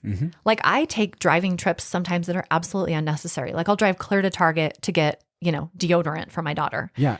But you're an avid bicyclist, I'm right? totally an avid cyclist, and I'm an avid walker, especially now that I'm downtown. I walk almost everywhere. But even when I evaluate my behavior, if it was so miserable to drive over to Target to get one stick of deodorant for my daughter, I would never do it. Yeah. Right? Like I would just say, Grace, we're going to figure this out. We're going to wait a week until we go on our one shopping trip a week. We'll make a list. We'll be, like creative in the way that we use the stuff that we have, because it's miserable enough to go over there. So we would if we stopped taking federal money, we would change our behavior. We would. I think we'd adapt, and we might not have a choice but just to stop taking money. Like we might not have a choice, right? I think we're in an interesting category where, the taxes that we're paying for stuff that we actually deal with versus the taxes that we don't have anything to deal with, that a lot of people are weighing those costs, and they get passionately emotional about them, right? And so there's a lot of fight to that. But what else, as we, because I have like a bazillion other questions, but we're at 11:30 now. Are we really? It's 11:30, yeah. Wow. We could keep going. I know. I've got meetings all day. I gotta go. I know. So I wanted to I think we could kind of wrap some things up, because I want to have you on again, because I do want to talk a little bit more about Art Around the Corner, and stuff, projects that you have coming up. But what would be the last thing, looking towards this year as an election year? What would be the last thing, if you could leave a message to somebody making the decision to vote on any city council, whether it's St. George or otherwise here in Washington County? Like, what do you want to leave with them? Like, what's a takeaway for them, for you? If I had my, if wishes were fishes, and I could tell people how to vote, what I would say to them is, please read about the candidates, pay attention to the candidates, and choose people who are smart, who are willing to study, who are willing to be wrong, who are willing to listen. Choose the people who are literally anxiously engaged in your community. If they have a track record of caring, you might not even agree with them, but they love your community as much as you do. That person's probably going to be a good city council person. Like, I have city council people that I interact with on my council who we don't agree with each other on hardly anything. And I love that. Yeah. Because they teach me. I hope I teach them. I hope that our interaction is always something that we end up with the best possible outcome, because we come to the table with different ideas. So as you're looking to elect a city council, if you're looking for 5 members that all perfectly agree with you, that will be an absolutely terrible board of directors. Yeah. Think about how you run a business, and remember that your city is a business. It's a corporation that you want to have benefit you and your kids in the future to grow wealth. That's what we're trying to do, right? We're trying to grow wealth for every person in the community so that we'll continue on in a healthy way. So look at your council as a board of directors that you want to have be diverse enough and smart enough that they have vigorous debate when they come to the table, and that they walk away being respectful to each other and respecting the outcome and continuing to work their hardest to make your city the best that it can be. Well, I think you're doing a great job. I'm excited for the election season. All right, it'll be interesting. Because as a political science major, this is my favorite thing. This is your fun. This is my fun. This is my fun. So I'm glad it's fun for you. I'm gonna keep having more, but I'm hoping you'll come back on and do 3 more hours, and we could talk more about different stuff. Let's do it. Thanks for coming on. Thanks, Robert. Okay, see you later. All right.